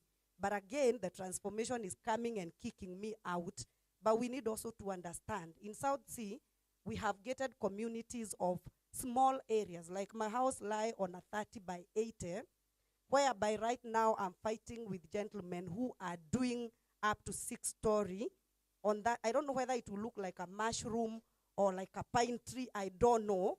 But now you can see that house raised up to 6th floor, and I have a maisonette right there. I'm talking collectively on behalf of the gated community I live in. Then we are going to another level where someone comes with money and join the two, and again go higher. And the city planner there said about we are changing in density, which is true, and we are also changing in, we are having mixed use. But my question is, and I need to be really guided on this, when I was buying my house, it was a controlled development. It was just a maisonette of 1 story. But I used to have a small area of 6 plots, whereby I was given a chance of commercial. And when I followed the developer, he explained to me and told me it was my house, then another one, which now I can live on and use the lower level as the shops for the 6 units. Now those 6 units are carrying more than 8 or 10 houses already, because they have changed them to apartments. And I've heard you say that we can sit down and do something you're calling neighborhood planning. My question is, do I have to go back to my neighbors and we do a new planning and we forfeit the developers' plan that was there earlier? Because many people we are fighting with right now, they are telling us it was approved to go up to the 3rd floor. And I'm asking them, from who? Because according to me, I allow every house to be built as long as I see all your documents, as long as the planning is showing me this is a residential unit. That is something I really need to be educated on. It's not even a question that do I need to call for a meeting to come up with a neighborhood planning again of how we want the estate to stay, because people are coming, they have money, they buy 3 joints, they do apartment. What will happen to me, who will not be able to go higher, and I wanted my home to be my home? Where am I supposed to be going to? As much as God saying, let there be, and it was done, but he later looked at it and saw it was not good. I was trying to arbitrate with some people, and I said, and I need now this advocate to advise me as well. I was not punitive. I was saying, okay, some people have already done against the wishes of the community. Can we say it is enough? We stay with what we have that is annoying God now, but not add more on our side. Because in South Sea, there are some people who are sitting on probably a 50 by 100. You see, it's a bit big. But when I'm sitting on a 30 by 80, how do I accommodate? As much as I want to be transformed and I don't want to be fixated, how do I how do I handle those mushrooming in the middle of single residents? The other question I want to be answered by the planners and the architect as well. When do you say that we are going to approve this building as built? Because that is also another thing. The developers are playing a joke with us. They come and bring to me an approved document. It is saying 2-story building, probably for the commercial people, and I allow. Then after some time, they come again with another public participation. Of course, it will not land to me. It will go to the watchmen and the fundis, saying that I want to add another one. I want to approve as built. Would you please try and expound these terminologies to people who are like us, who are not engaged in the development? Finally, to the advocate. In South Sea, I'm talking about South Sea because that's where I live and that's where I understand things the way they are. We used to have a portion for children to play, the playgrounds. And I want to be a bit educated about demarcations of the small plots, because when I'm doing a demarcation of a land, I'm supposed to give public the utility to use. So in my ground, there was a field for a nursery school, and there was a field for the playground. But now what is shaking me, and I'm not so learned in terms of that direction, so I'm not able to really argue, is when the developer says, yes, I gave all this, but after you bought the land, the portion for the playground was still meant to be left for the developer. So the developer can change the use and use it the way they want. I was wondering, was it part of what was supposed to be surrendered to the county in terms of a road and a playground and a nursery and a chief's camp? I really want to differentiate between what was supposed to be surrendered to the government and what was supposed to be surrendered to the people and what was meant to continue being used by the developer. Because right now, I do not have a playground in my estate. It is already a mansion. It's already an apartment, and our children are now playing on the road. But when I want really to understand, I am not able to understand because I'm told that the community was supposed to buy that land after they bought their houses. Thank you. Asante sana. Okay, let's try and be brief so that we have so many people who wants to talk. So just try and brief and to the point. Sorry? Perhaps so I thought they could just write down everything so that when we come back this side, we just close. Yeah. Okay, thank you very much. My name is Ndambiri.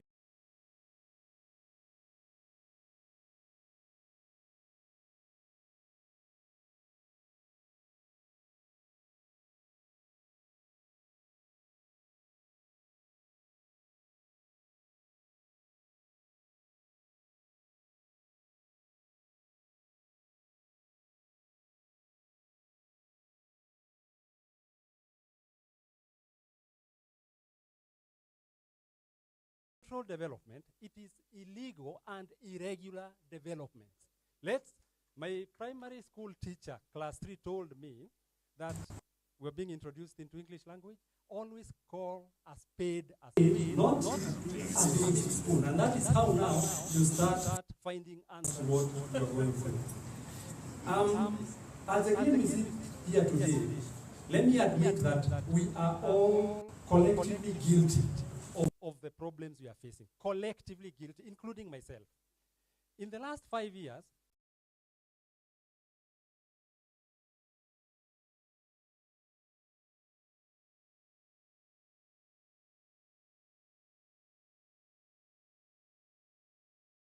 authorities or agencies and the like.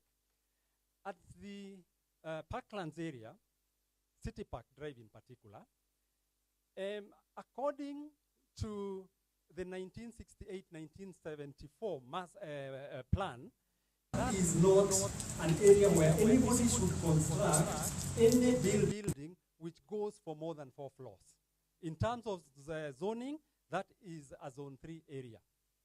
I am aware, after doing all the research, that because the chair from the master plan will confirm that today The 2014 new plan has never been taken through the legal process, and it has never been approved in as far as the law is concerned, which means today we still operate on the previous county, city, Nairobi City. What I'm doing today in terms of approvals to put up 16, 21, 25 buildings is in accordance with the law. No. Yesterday, Mr. Patrick Analo was on Spicy television, and he was asked that question, and his response was yes. Today, we are still operating on bylaws that were passed by the Ministry of Local Government. So, for me, it is an answer. We don't see developments, we see anti-developments. In the Parklands area, what we started was initiating petitions in court, more specifically filing petitions at the Environment and Land Court, basically on the question of fundamental rights. Anytime you see a building that stops the natural light flowing into your own room,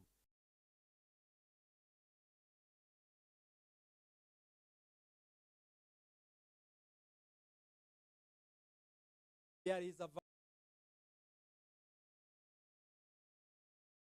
right under Article 42 of power to grant you conservatory orders, to grant you even for judgments that tells whoever is putting up that building, you have violated constitutional fundamental rights. The same applies to Section 3 of MCA. Article 3 of MCA tells you, you don't have to wait for anything. If there is anything being done by a Kenyan or even a non-Kenyan relating to environmental rights, run to court. Petitions are very cheap.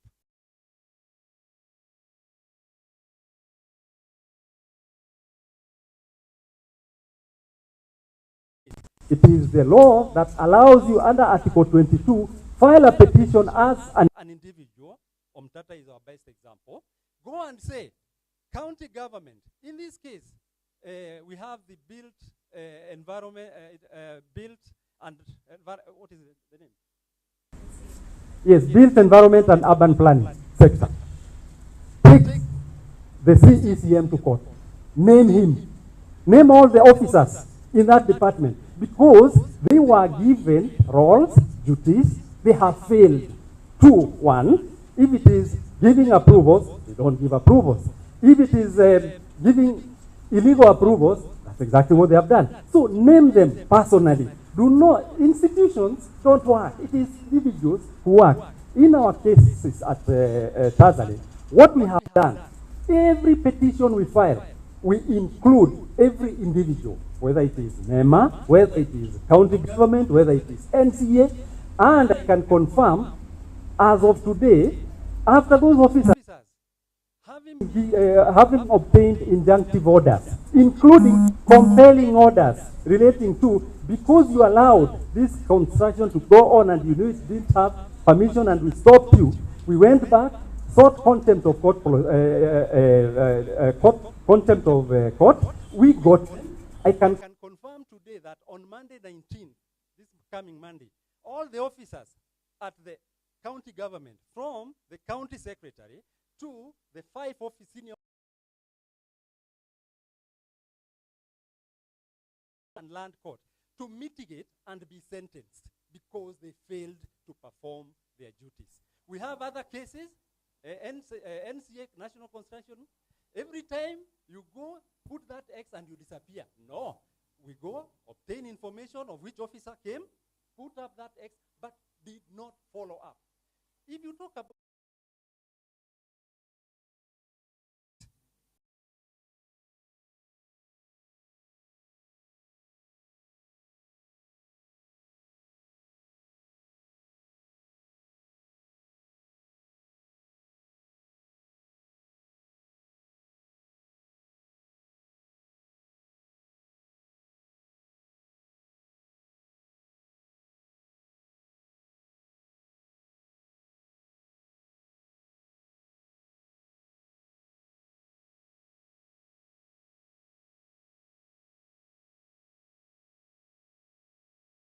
is, honestly, let us not just rely on what we are told we are doing, we are planning to do.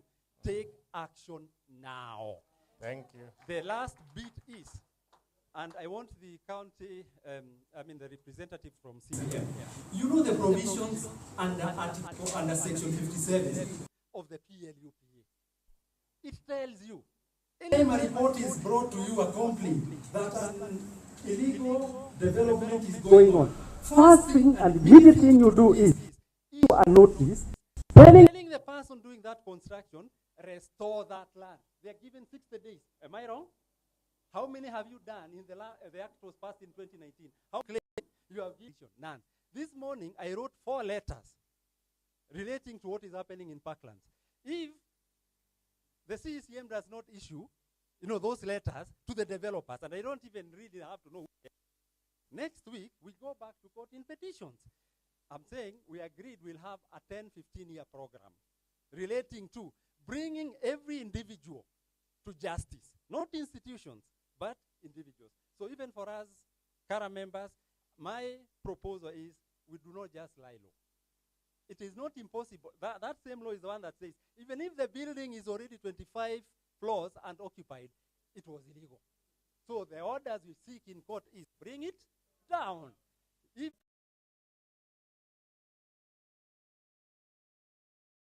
have to present an architectural drawing of units which have not been registered and title deeds issued for every unit. That is under the Section of Properties Act. Kindly ask your members not to present any drawing to the county government unless they have first of all obtained individual titles to those units. And then for the rest of us, our families, our friends, let's tell them, usinunue hiyo property kama haina title, because wewe bado ndio unapeana pesa ya kusaidia maovu mengine kufanyika. Sorry about my presentation. Thank you. I think it was quite informative. Thank you for much. I think we've taken a lot of things. Okay, I want us to move quickly because I know the people, you've jumped some people, but it's okay. We'll get back. Thank you very much. My name is Elias Noor. I'm the chairperson, City Park Estate. As we speak, there are 9 constructions ongoing at City Park Estate. City Park Estate, that is in Parklands. I just want to support this friend of mine. 9 constructions. And one of our major concerns is that initially when you look at the paper, the approvals, you find they're supposed to do 12 floors. After a short while, they come and again say they have approval of another 4. They go to 18. As we speak, one of them has gone to 22. You can't even look at it. You can't, when you are passing there, you hear something like, my question is, why do you have initial to approve? 12. And then you're going back, they come back to you, you approve another 4 and another 4. Can you make us understand why this is happening?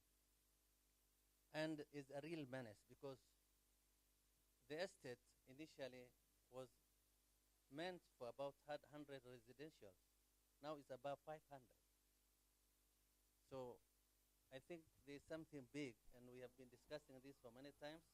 This goes to NEMA, this goes to the county government specifically, and NCA. Can you kindly enlighten us? Why do you do this approval? Thank you. Thank you very much. Let's quickly. Good morning, everybody. My name is Ranjana from South Sea Residents Association. My current chair is here as well, and my colleagues are here as well from the same ward. My question is this. We have an act called Neighborhood Association Act, which is meant to be implemented fully. On those grounds, why can't associations be given the mandate to say yes or no to something happening in their ward or in their residential areas? If we take the bait in our hand and say this cannot happen, then none of these authorities will have the mandate to give an approval. It has to go through us because we are the people who are staying in that area, and we are the people who are going to suffer whether it's a school within a residential house, whether it's a playground which is being grabbed, whether it's a house which is going to 25 stories, it is us to say yes or no. And it is us to give them an NCC. Actually, before they approve anything, they have to go back to KLDA to get their approvals. That shows that they do have that power. Similarly, all the other associations are registered. We should have that power. And I really urge Kara to get that, that president to allow us to get that authority to say yes or no before they land up in this authority's house, place. Thank you. Asante sana.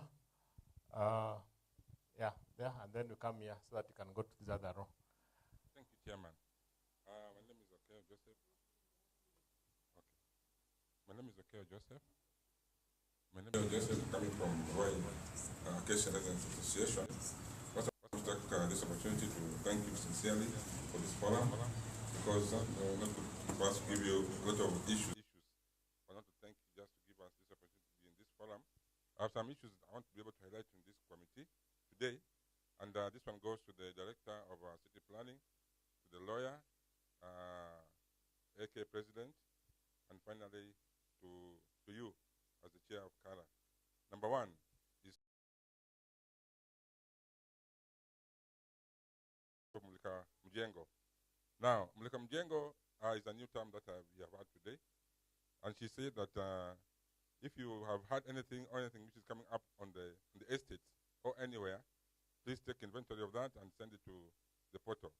Our question is, after you've done that, what is the next action? Is it just sending and then you are staying there? Please give us that highlight for purposes of clarity. Number two, to the City Planning Director, who is also represented by Lana Sami. The sentiments which have been made in this forum basically infringes on the rights of the residents. And that's why we are here. It will be a point of no return to us to leave this forum the same way we shall come back again the next year. Nothing is happening on the ground.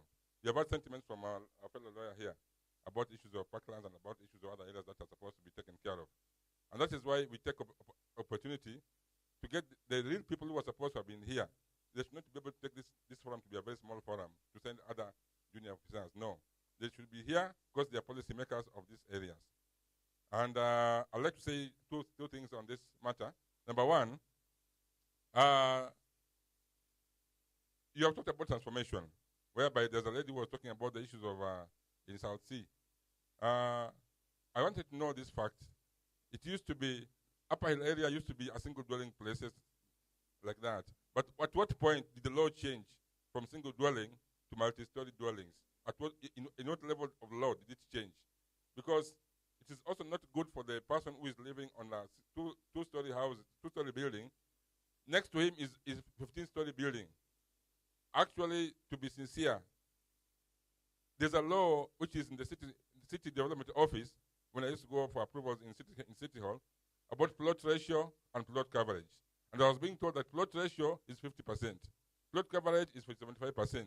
At what level did those areas were they removed because to allow these other skyscrapers coming in now? Why I'm saying that is because now I'm living in Ruai.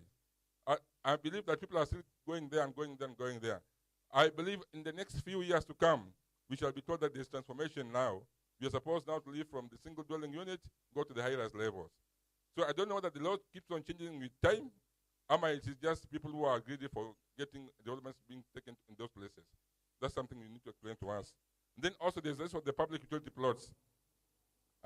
In every estate, I believe so, that there must be provision of schools, there must be provision of a police post, provision of a hall.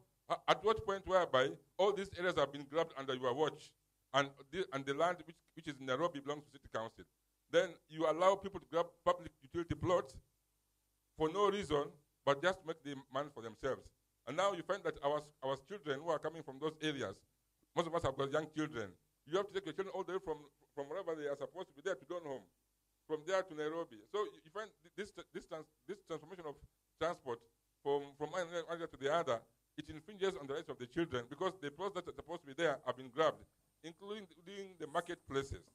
Our president came to Ruai the other day and promised one thing, that he was going to put up a market of about 400 million in Ruai. But now, after we have done all, after that has been said, we have not identified the area that's supposed to be done. So I'd like to say here, point blank, to you, as a planner, what happens to the planning department of City Hall? Because here we talk about of things, say a lot of things about here, but at the end of it all, the same people come to grab those lands from us, and we actually don't get that opportunity to be able to enjoy those things. Last question now goes to the issue of the lawyer who is here. He has told us something here, that when you are infringed on some areas, you go to court and ask for injunction. Let me shock you, an advocate, that people have done the systematic process of going to court.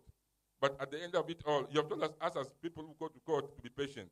But the ones who have been taken to court, the defendants who have been taken to court, an injunction has been issued to them not to be able to evict people. But after a month, become patient, but the defendants are supposed to be impatient. Thank you very much. Thank you. Asante sana for that. Let's go back to that side now. We want to move very quickly. I'm sorry, I just want us to take the question, and then now when we come back, we just finish off. So, and let's make it brief, please. Thank you. My name is Dan Kibera. I represent Norman 5 Residents Association on Thika Road. We are next to Safari Park. I just want to share frustration I've faced in following these developments. We have one of the neighbors who has, who is planning to put up 6 dwelling units in a 1 dwelling unit area. What happened is we didn't get to know until there was an environmental impact assessment questionnaire taken round, is when we found out that there was something going on. And then we filled in quite a number of questionnaires and sent them to NEMA. Once they were received, we were told action was going to be taken. So later we followed up to find out what had happened. Then at one stage, an officer there told us that action was being taken. Then at a later stage, we followed up, and somebody told they don't seem to have received anything from us. So after that, we consulted some people, and we were told the best thing is to write to the Urban Development Plan, which I believe is which you are part of. And we did write a letter. That was in October last year. We didn't receive a reply until some early this month. I actually went to the office, and I got to see one of the officers, and they told me they had received our objection, but then he told me that since association is complaining about a development, they do not reply to us. They only reply to the developer and tell them that there is a COPSA. Okay? And then when I asked the officer whether he can give me a change of user, because we were never aware of that change of user, they told me that I cannot get a copy of that document. Because I'm a change of user is a public document. I mean, isn't a resident in a particular area supposed to have a copy of that? So those are some of the things I found very odd. And up to now, about 2 weeks later, after I contacted these officers, they still haven't sent me a reply. Because at some stage, they called me and told me that they were actually going to give a reply. Then the second issue is about grabbed land in our area. We have a piece of land, about 3.5 acres, which had been grabbed by some grabber. They actually managed to get titles and had even built on one of them. So what happened is that we went to NLC, and we got an NLC ruling, and the titles were quashed. Okay, so then the developer went to the NLC tribunal, and he lost the case. He went to the Court of Appeal and lost the case, and yet his development is still there. And when we try and now go and get the ruling enforced, we say that we should be given titles. We are really, nobody is helping us. I mean, we just cannot move. Even the police say that nobody has a title. So, you know, we have even built a police post on that land. And yet the police who we are hosting there cannot enforce. I mean, how do we get anywhere? Thank you. Thank you very much. Give the yeah. Let's proceed.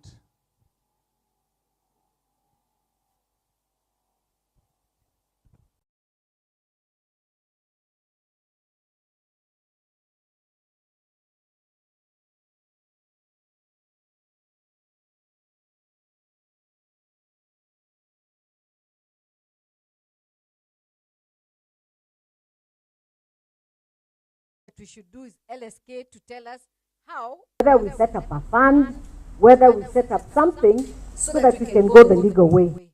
Because from this meeting, I can see, Henry, not everybody maybe might not have been attending these meetings. There are a lot of loopholes. Like, for example, we had the process of objections. Gara, I'm the chair lady of Garden Estate Regions Association. We follow this to the tilt. We see a building, we do an objection, the neighbors sign it. I've got all the documents here. We send hard copies, email copies to the county, to our ward, to the, I even did to NCA the other day. The lady who was here, was it Nancy, the last meeting? You know, we had a meeting here with the Director General of NEMA. Forget, he didn't send an officer. He was here.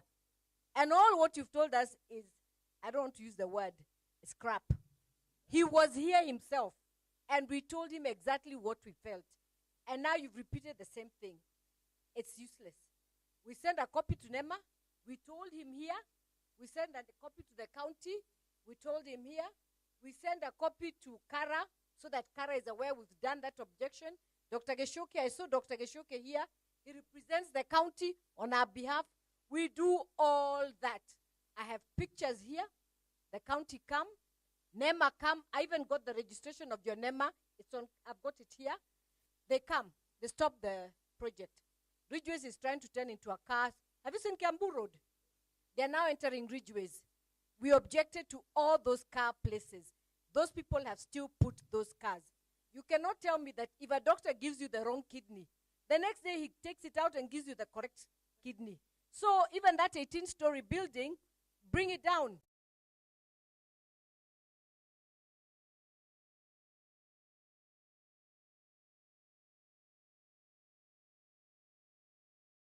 We have an objection. It goes on a forum. They receive it. The architects receive it. They cannot tell us they allowed these buildings around here. Surely. Surely. So we are very proactive on this. Me, Henry, can tell you, I'm on top of it.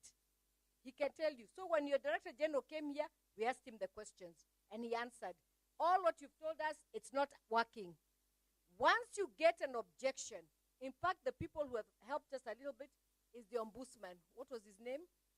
Nyambira? Yeah, Nyamberi. He's the one who has helped us. Because that letter we take physically to his place, his officers come. That's the last resort. Why should we be going through this? As for the county, our county, I can name them by name. I visit them. Do you know what he told me when we took the letter? Madam, this won't even help. It comes from the top. Who is the top? Who is the top? I think residents, we have a voice here. How many votes do we have here? Why can't we say no, and no is no, Henry? It's time for us. These are the people who know everything that's going on around where they live. I know what my neighbor does. I know when a project is coming up. What has happened to Embakasi? They're here. Is Embakasi where the oil went on? Is here. Is there legal? Are we taking them to court as Kara to assist them? Who's taking them to court? We have garages now in Gara, right next to a school, right next to nursery. It's going to happen, and they're all illegal. Objections are here. We've got all the objections. And when your people come, the car comes, it still goes on. Please, residents, let's do something that is worthwhile. Let's not take, we've had this meeting, Henry can agree with me. I think in the last 1 year, this is the third or fourth, that the county has been here. We had the county spokesperson, we had the DG. I think we are wasting time, completely wasting time. Let's take action. as we said, let's find a committee that will give us legal briefings of associations. Let's form a committee so that he's talented. He knows what to do. Why can't we have a way that we have a committee that gives us legal briefings, not just on land and planning, noise, NEMA, the churches that are in the neighborhoods. I have citizens who have not slept for weeks, except now we're taking those places to courts and getting their liquor licenses revoked. Why are we allowing that? Bring together, so Henry, that's for you, noisy clubs, publicize all cases. We've had a few wins as Kara. We've gone to court, but it costs us a lot of money.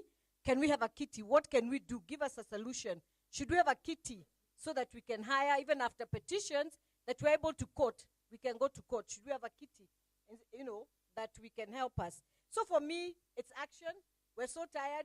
Sorry, Mr. Enema, DG was here himself, not even a representative himself. NCA, I think it was the deputy.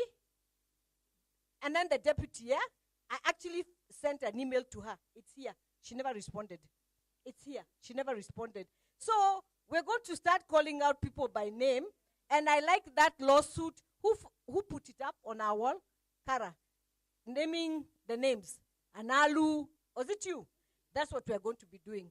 That's a great idea. Thank you so much, Henry. We appreciate. Sorry for taking up so much of your time. Thank you very much. My name is Joseph Kinara. I'm a chairman, Buruburu Resident Association, where we have a lot of problems. I'm happy that my colleagues have shared, and I appreciate our lawyer here. He's a very good person who is informed on issues that are challenging us. I need your number when we leave here. Now, my issues are, we have faced with a lot of frustrations. Indeed, a lot of frustrations, as much as we have gotten very good speeches, decorated, but without fruits. These are only PR that you are sharing with us. In Buruburu, like my sister said here, she bought a house in South Sea when she was relatively young. I think I also bought my house in Buruburu when I was relatively the same age. Now that I'm an old man. And now I'm being pushed out of my place where I put all my savings to buy a home. High-rise houses coming in Buruburu. We had one at Sagam Court, Buruburu Phase 5. This is an issue that we have shared with the county government. In fact, up to the office of the deputy planning. We have shared with him, and he has even issued notice to demolish a building which was built up to 3rd floor. And that notice, he has never acted on it. When you try to reach your officers in planning, your phone is not picked. You write a letter, it's never replied. These are offices which are not working. Do we need to have those offices which are there just for decorations? Really? These people are getting public money. Si tunawalipa pesa yetu. And yet they are sitting in those offices, plenty doing nothing. We are very unhappy about all of these officers here.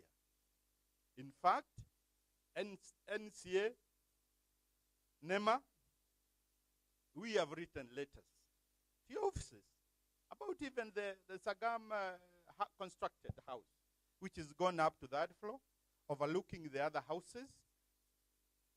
The other houses have no privacy. They cannot enjoy their homes that they bought. And yet, nothing is happening. This has been addressed to the DG himself.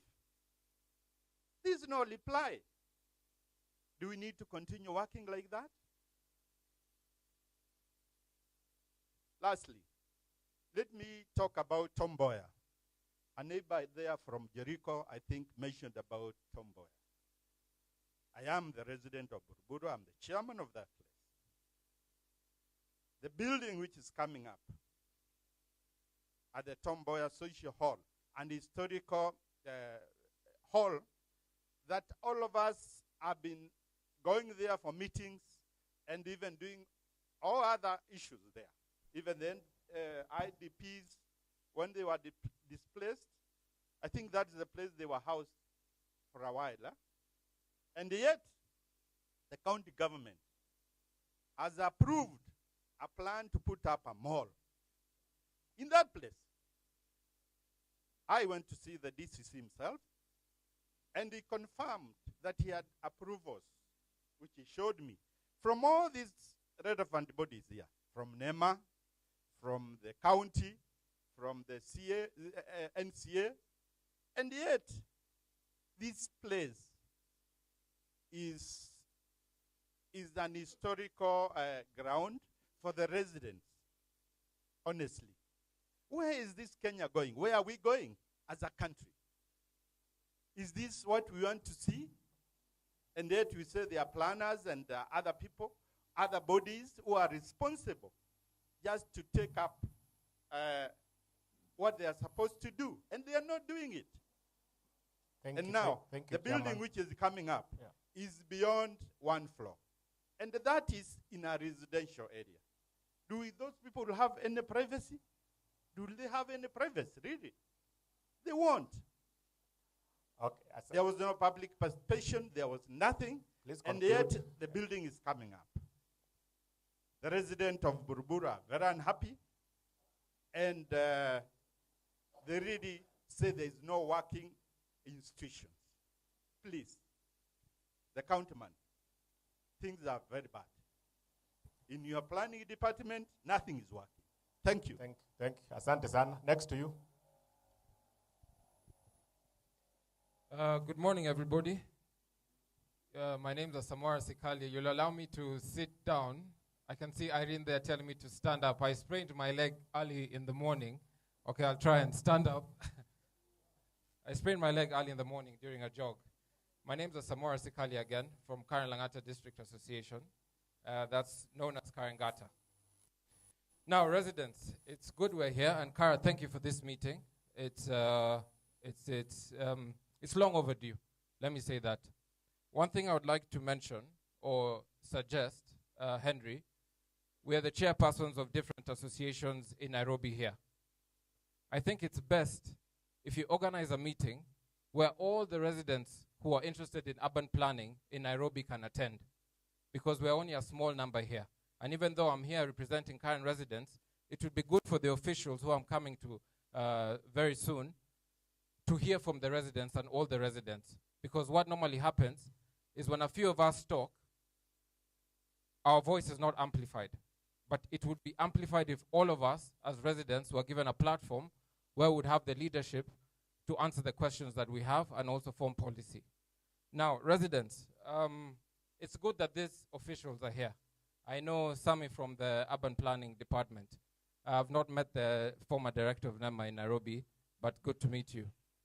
Now, residents, the problem is the questions and the concerns we are raising here, unfortunately, Sam is not the one who's answerable to these problems that we're having here. So we can talk what we are discussing, and we're learning from each other, like Lawyer Dumberi, good to hear what you have suggested. But the unfortunate bit is they are not the ones who are going to answer the questions or solve our problems. There's a CEC, SG Mwangi. He's responsible for urban planning in Nairobi. Ladies and gentlemen, he's not here. Whatever we discuss here, some will probably take it, and nothing is going to be done. I'd rather be very honest. I'd rather be very, very honest. Henry, I have to be very honest, that whatever we're discussing here, some with all due respect, because yesterday we were in a meeting with the Architects Alliance, and one of the residents from Lavington mentioned that some of the things they discussed trying to get to the CEC, they never got to the CEC. So in the next meetings we have, Henry, bring in the people who are answerable from the CEC. There's an elected governor who should be in such forums. The other day, Karen had a baraza. We invited our member of National Assembly, we invited our MCA, we invited the county officials from the Langata sub-county administrator to the ward administrator.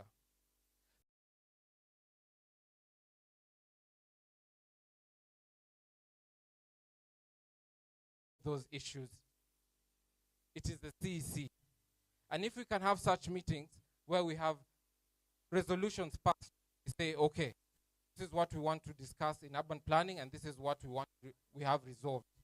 It is the only way we are going to move forward. The other issue I want to talk about, still on the resolutions.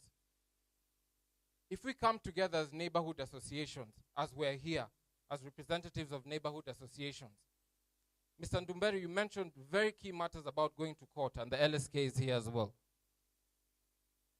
Now, we all know that's a tedious task of going to the court. I can see Ndumberi refusing. If you look at the experience we have as Karen Langata District Association, there's a Parliamentary Service Commission building that came into Karen. We went to court, we got orders to stop it. The government still pushed. Wakili, I agree with you, it's an avenue. But how do we work as neighborhood associations? We can amend the Physical Land Use and Planning Act. We can amend the Environment Management Coordination Act. Ranjana spoke about, from South Sea, the Neighborhood Associations Act.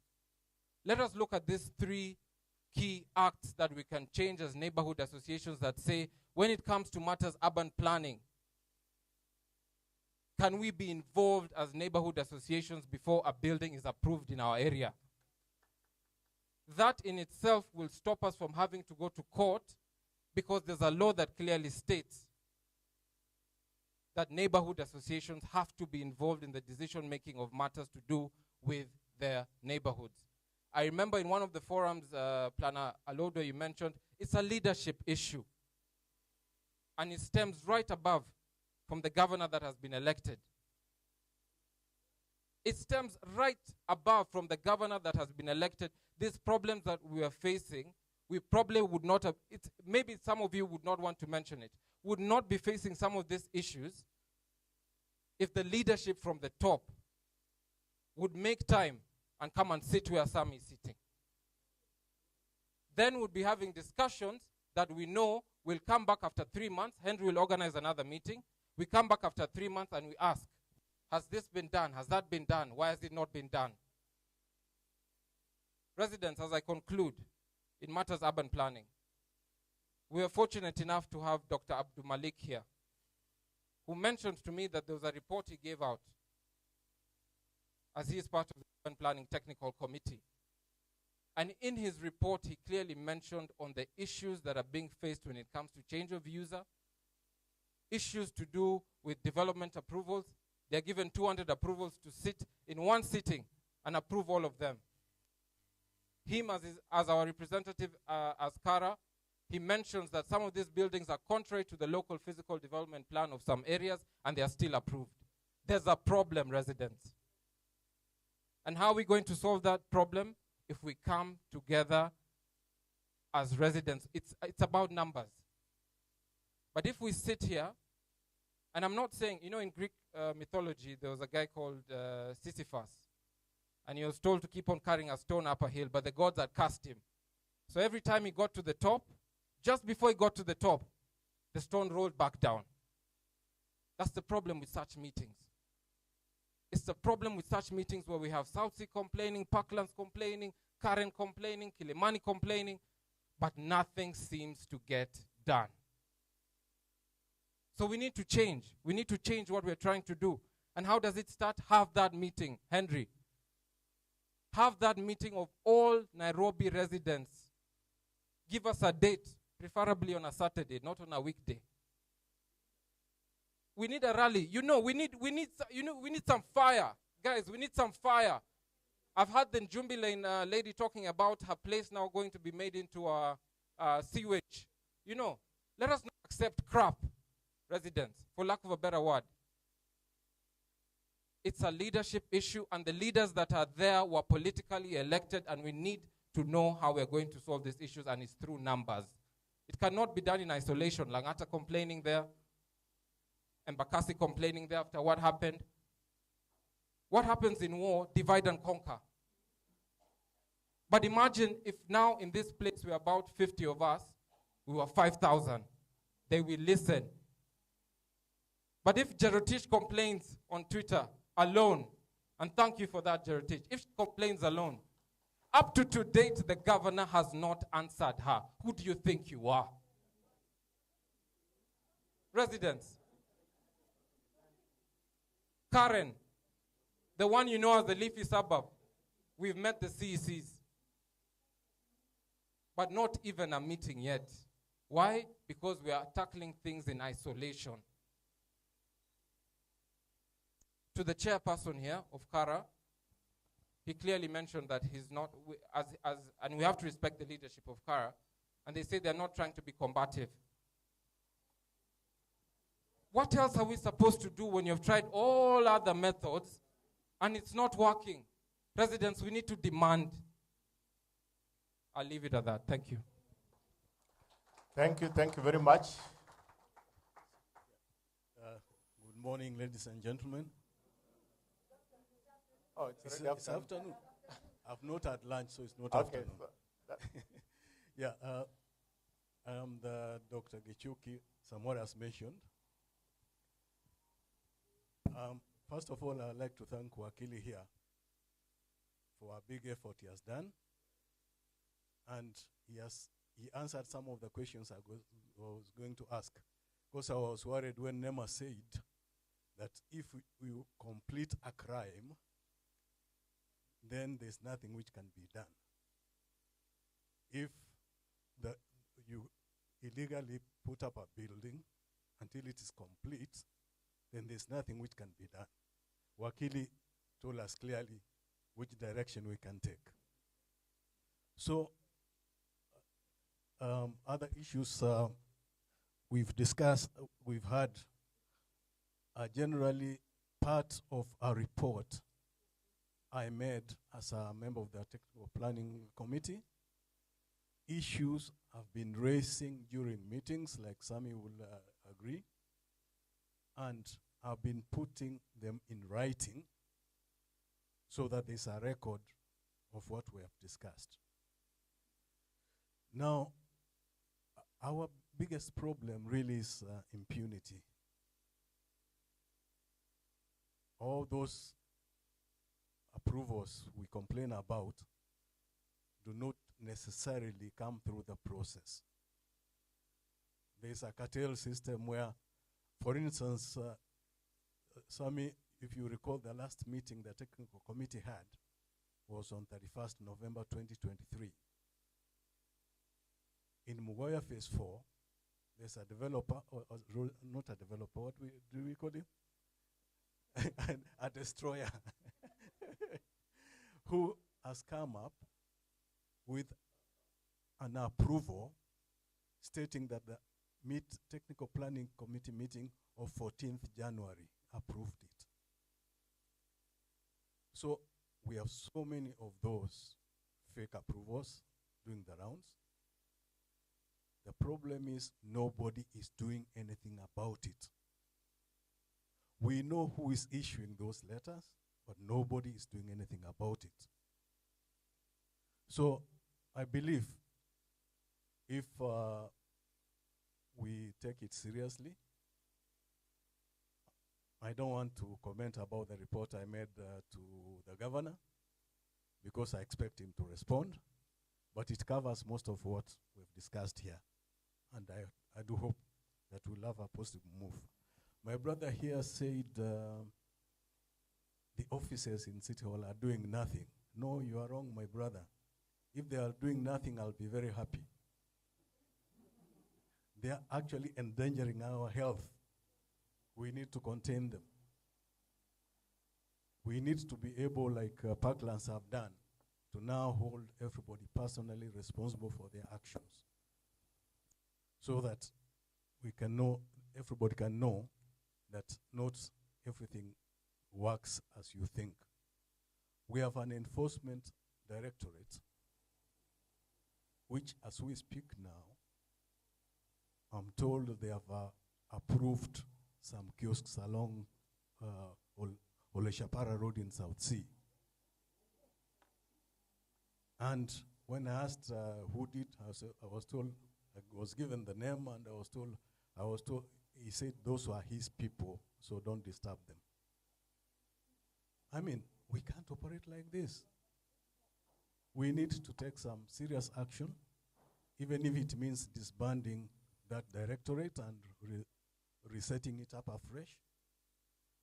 And I believe after we talk with my brother here, that's the first department we want to hold people personally liable for. I've seen a case of 5 vehicles from that inspectorate coming to a site and a watchman calling a rungu, turning them away. So I asked, how does a watchman wielding a rungu turn away the government, and the government meekly turns away and goes away? Simply because most likely this fellow leading this team was there in the morning, he had received this normal stipend, and now he's coming to arrest who? We have another game where they come on site when somebody has complained very hard. They come on site and they arrest the manual laborers. They don't look for the contractor, they don't look for the developer. They know very well that when these laborers are taken to court, they will be released. Because as Wakili will tell you, you cannot hold responsible an agent of a known principle. When I raised this issue, I was being told, you know, these developers sometimes disappear to Somalia and what have you. But these developers applied for approvals. There's an address they gave. I think legally, you should be able to send a notice to that address. If within a certain period they have not responded, you should be able to go to court and seek orders. You cannot pretend that I can hide forever and therefore the construction goes on of dereliction of duty. As we come to a close, I think the last 3 hands so that we can close, please. Try and make it brief. Okay, thank you. We need to also, we promise our guests we won't keep them for too long. I think we overshot the time. So we thank them for their patience, but let's try and make it brief. Thank you. My name is Timothy Minor from Ngei Phase 1 Residents Association in Langata again. My issues are just 2. Number 1, the AAK, you mentioned that there's a place we can get the latest zoning and plans, so that we're informed. I'd just like a confirmation that that is true. And from Wakili, are those the current one, or are those the approved, the real ones? Which are the real ones? The ones you talked about, of the zoning, or are they new ones? We need to know about that. Now, tied to that, this is to NEMA, NCA, and of course the county. Those are the 3 people who they're on the board for approvals. And one question I ask is, when you've done the zoning, I'm sure there's some planning done, like we are seeing up there. There is density increase and all that. But you know, when you increase density, you have to put the infrastructure. So why do you give approval for a building or buildings to change from 1 single dwelling to 100 and the sewer is the same? Why do you do that?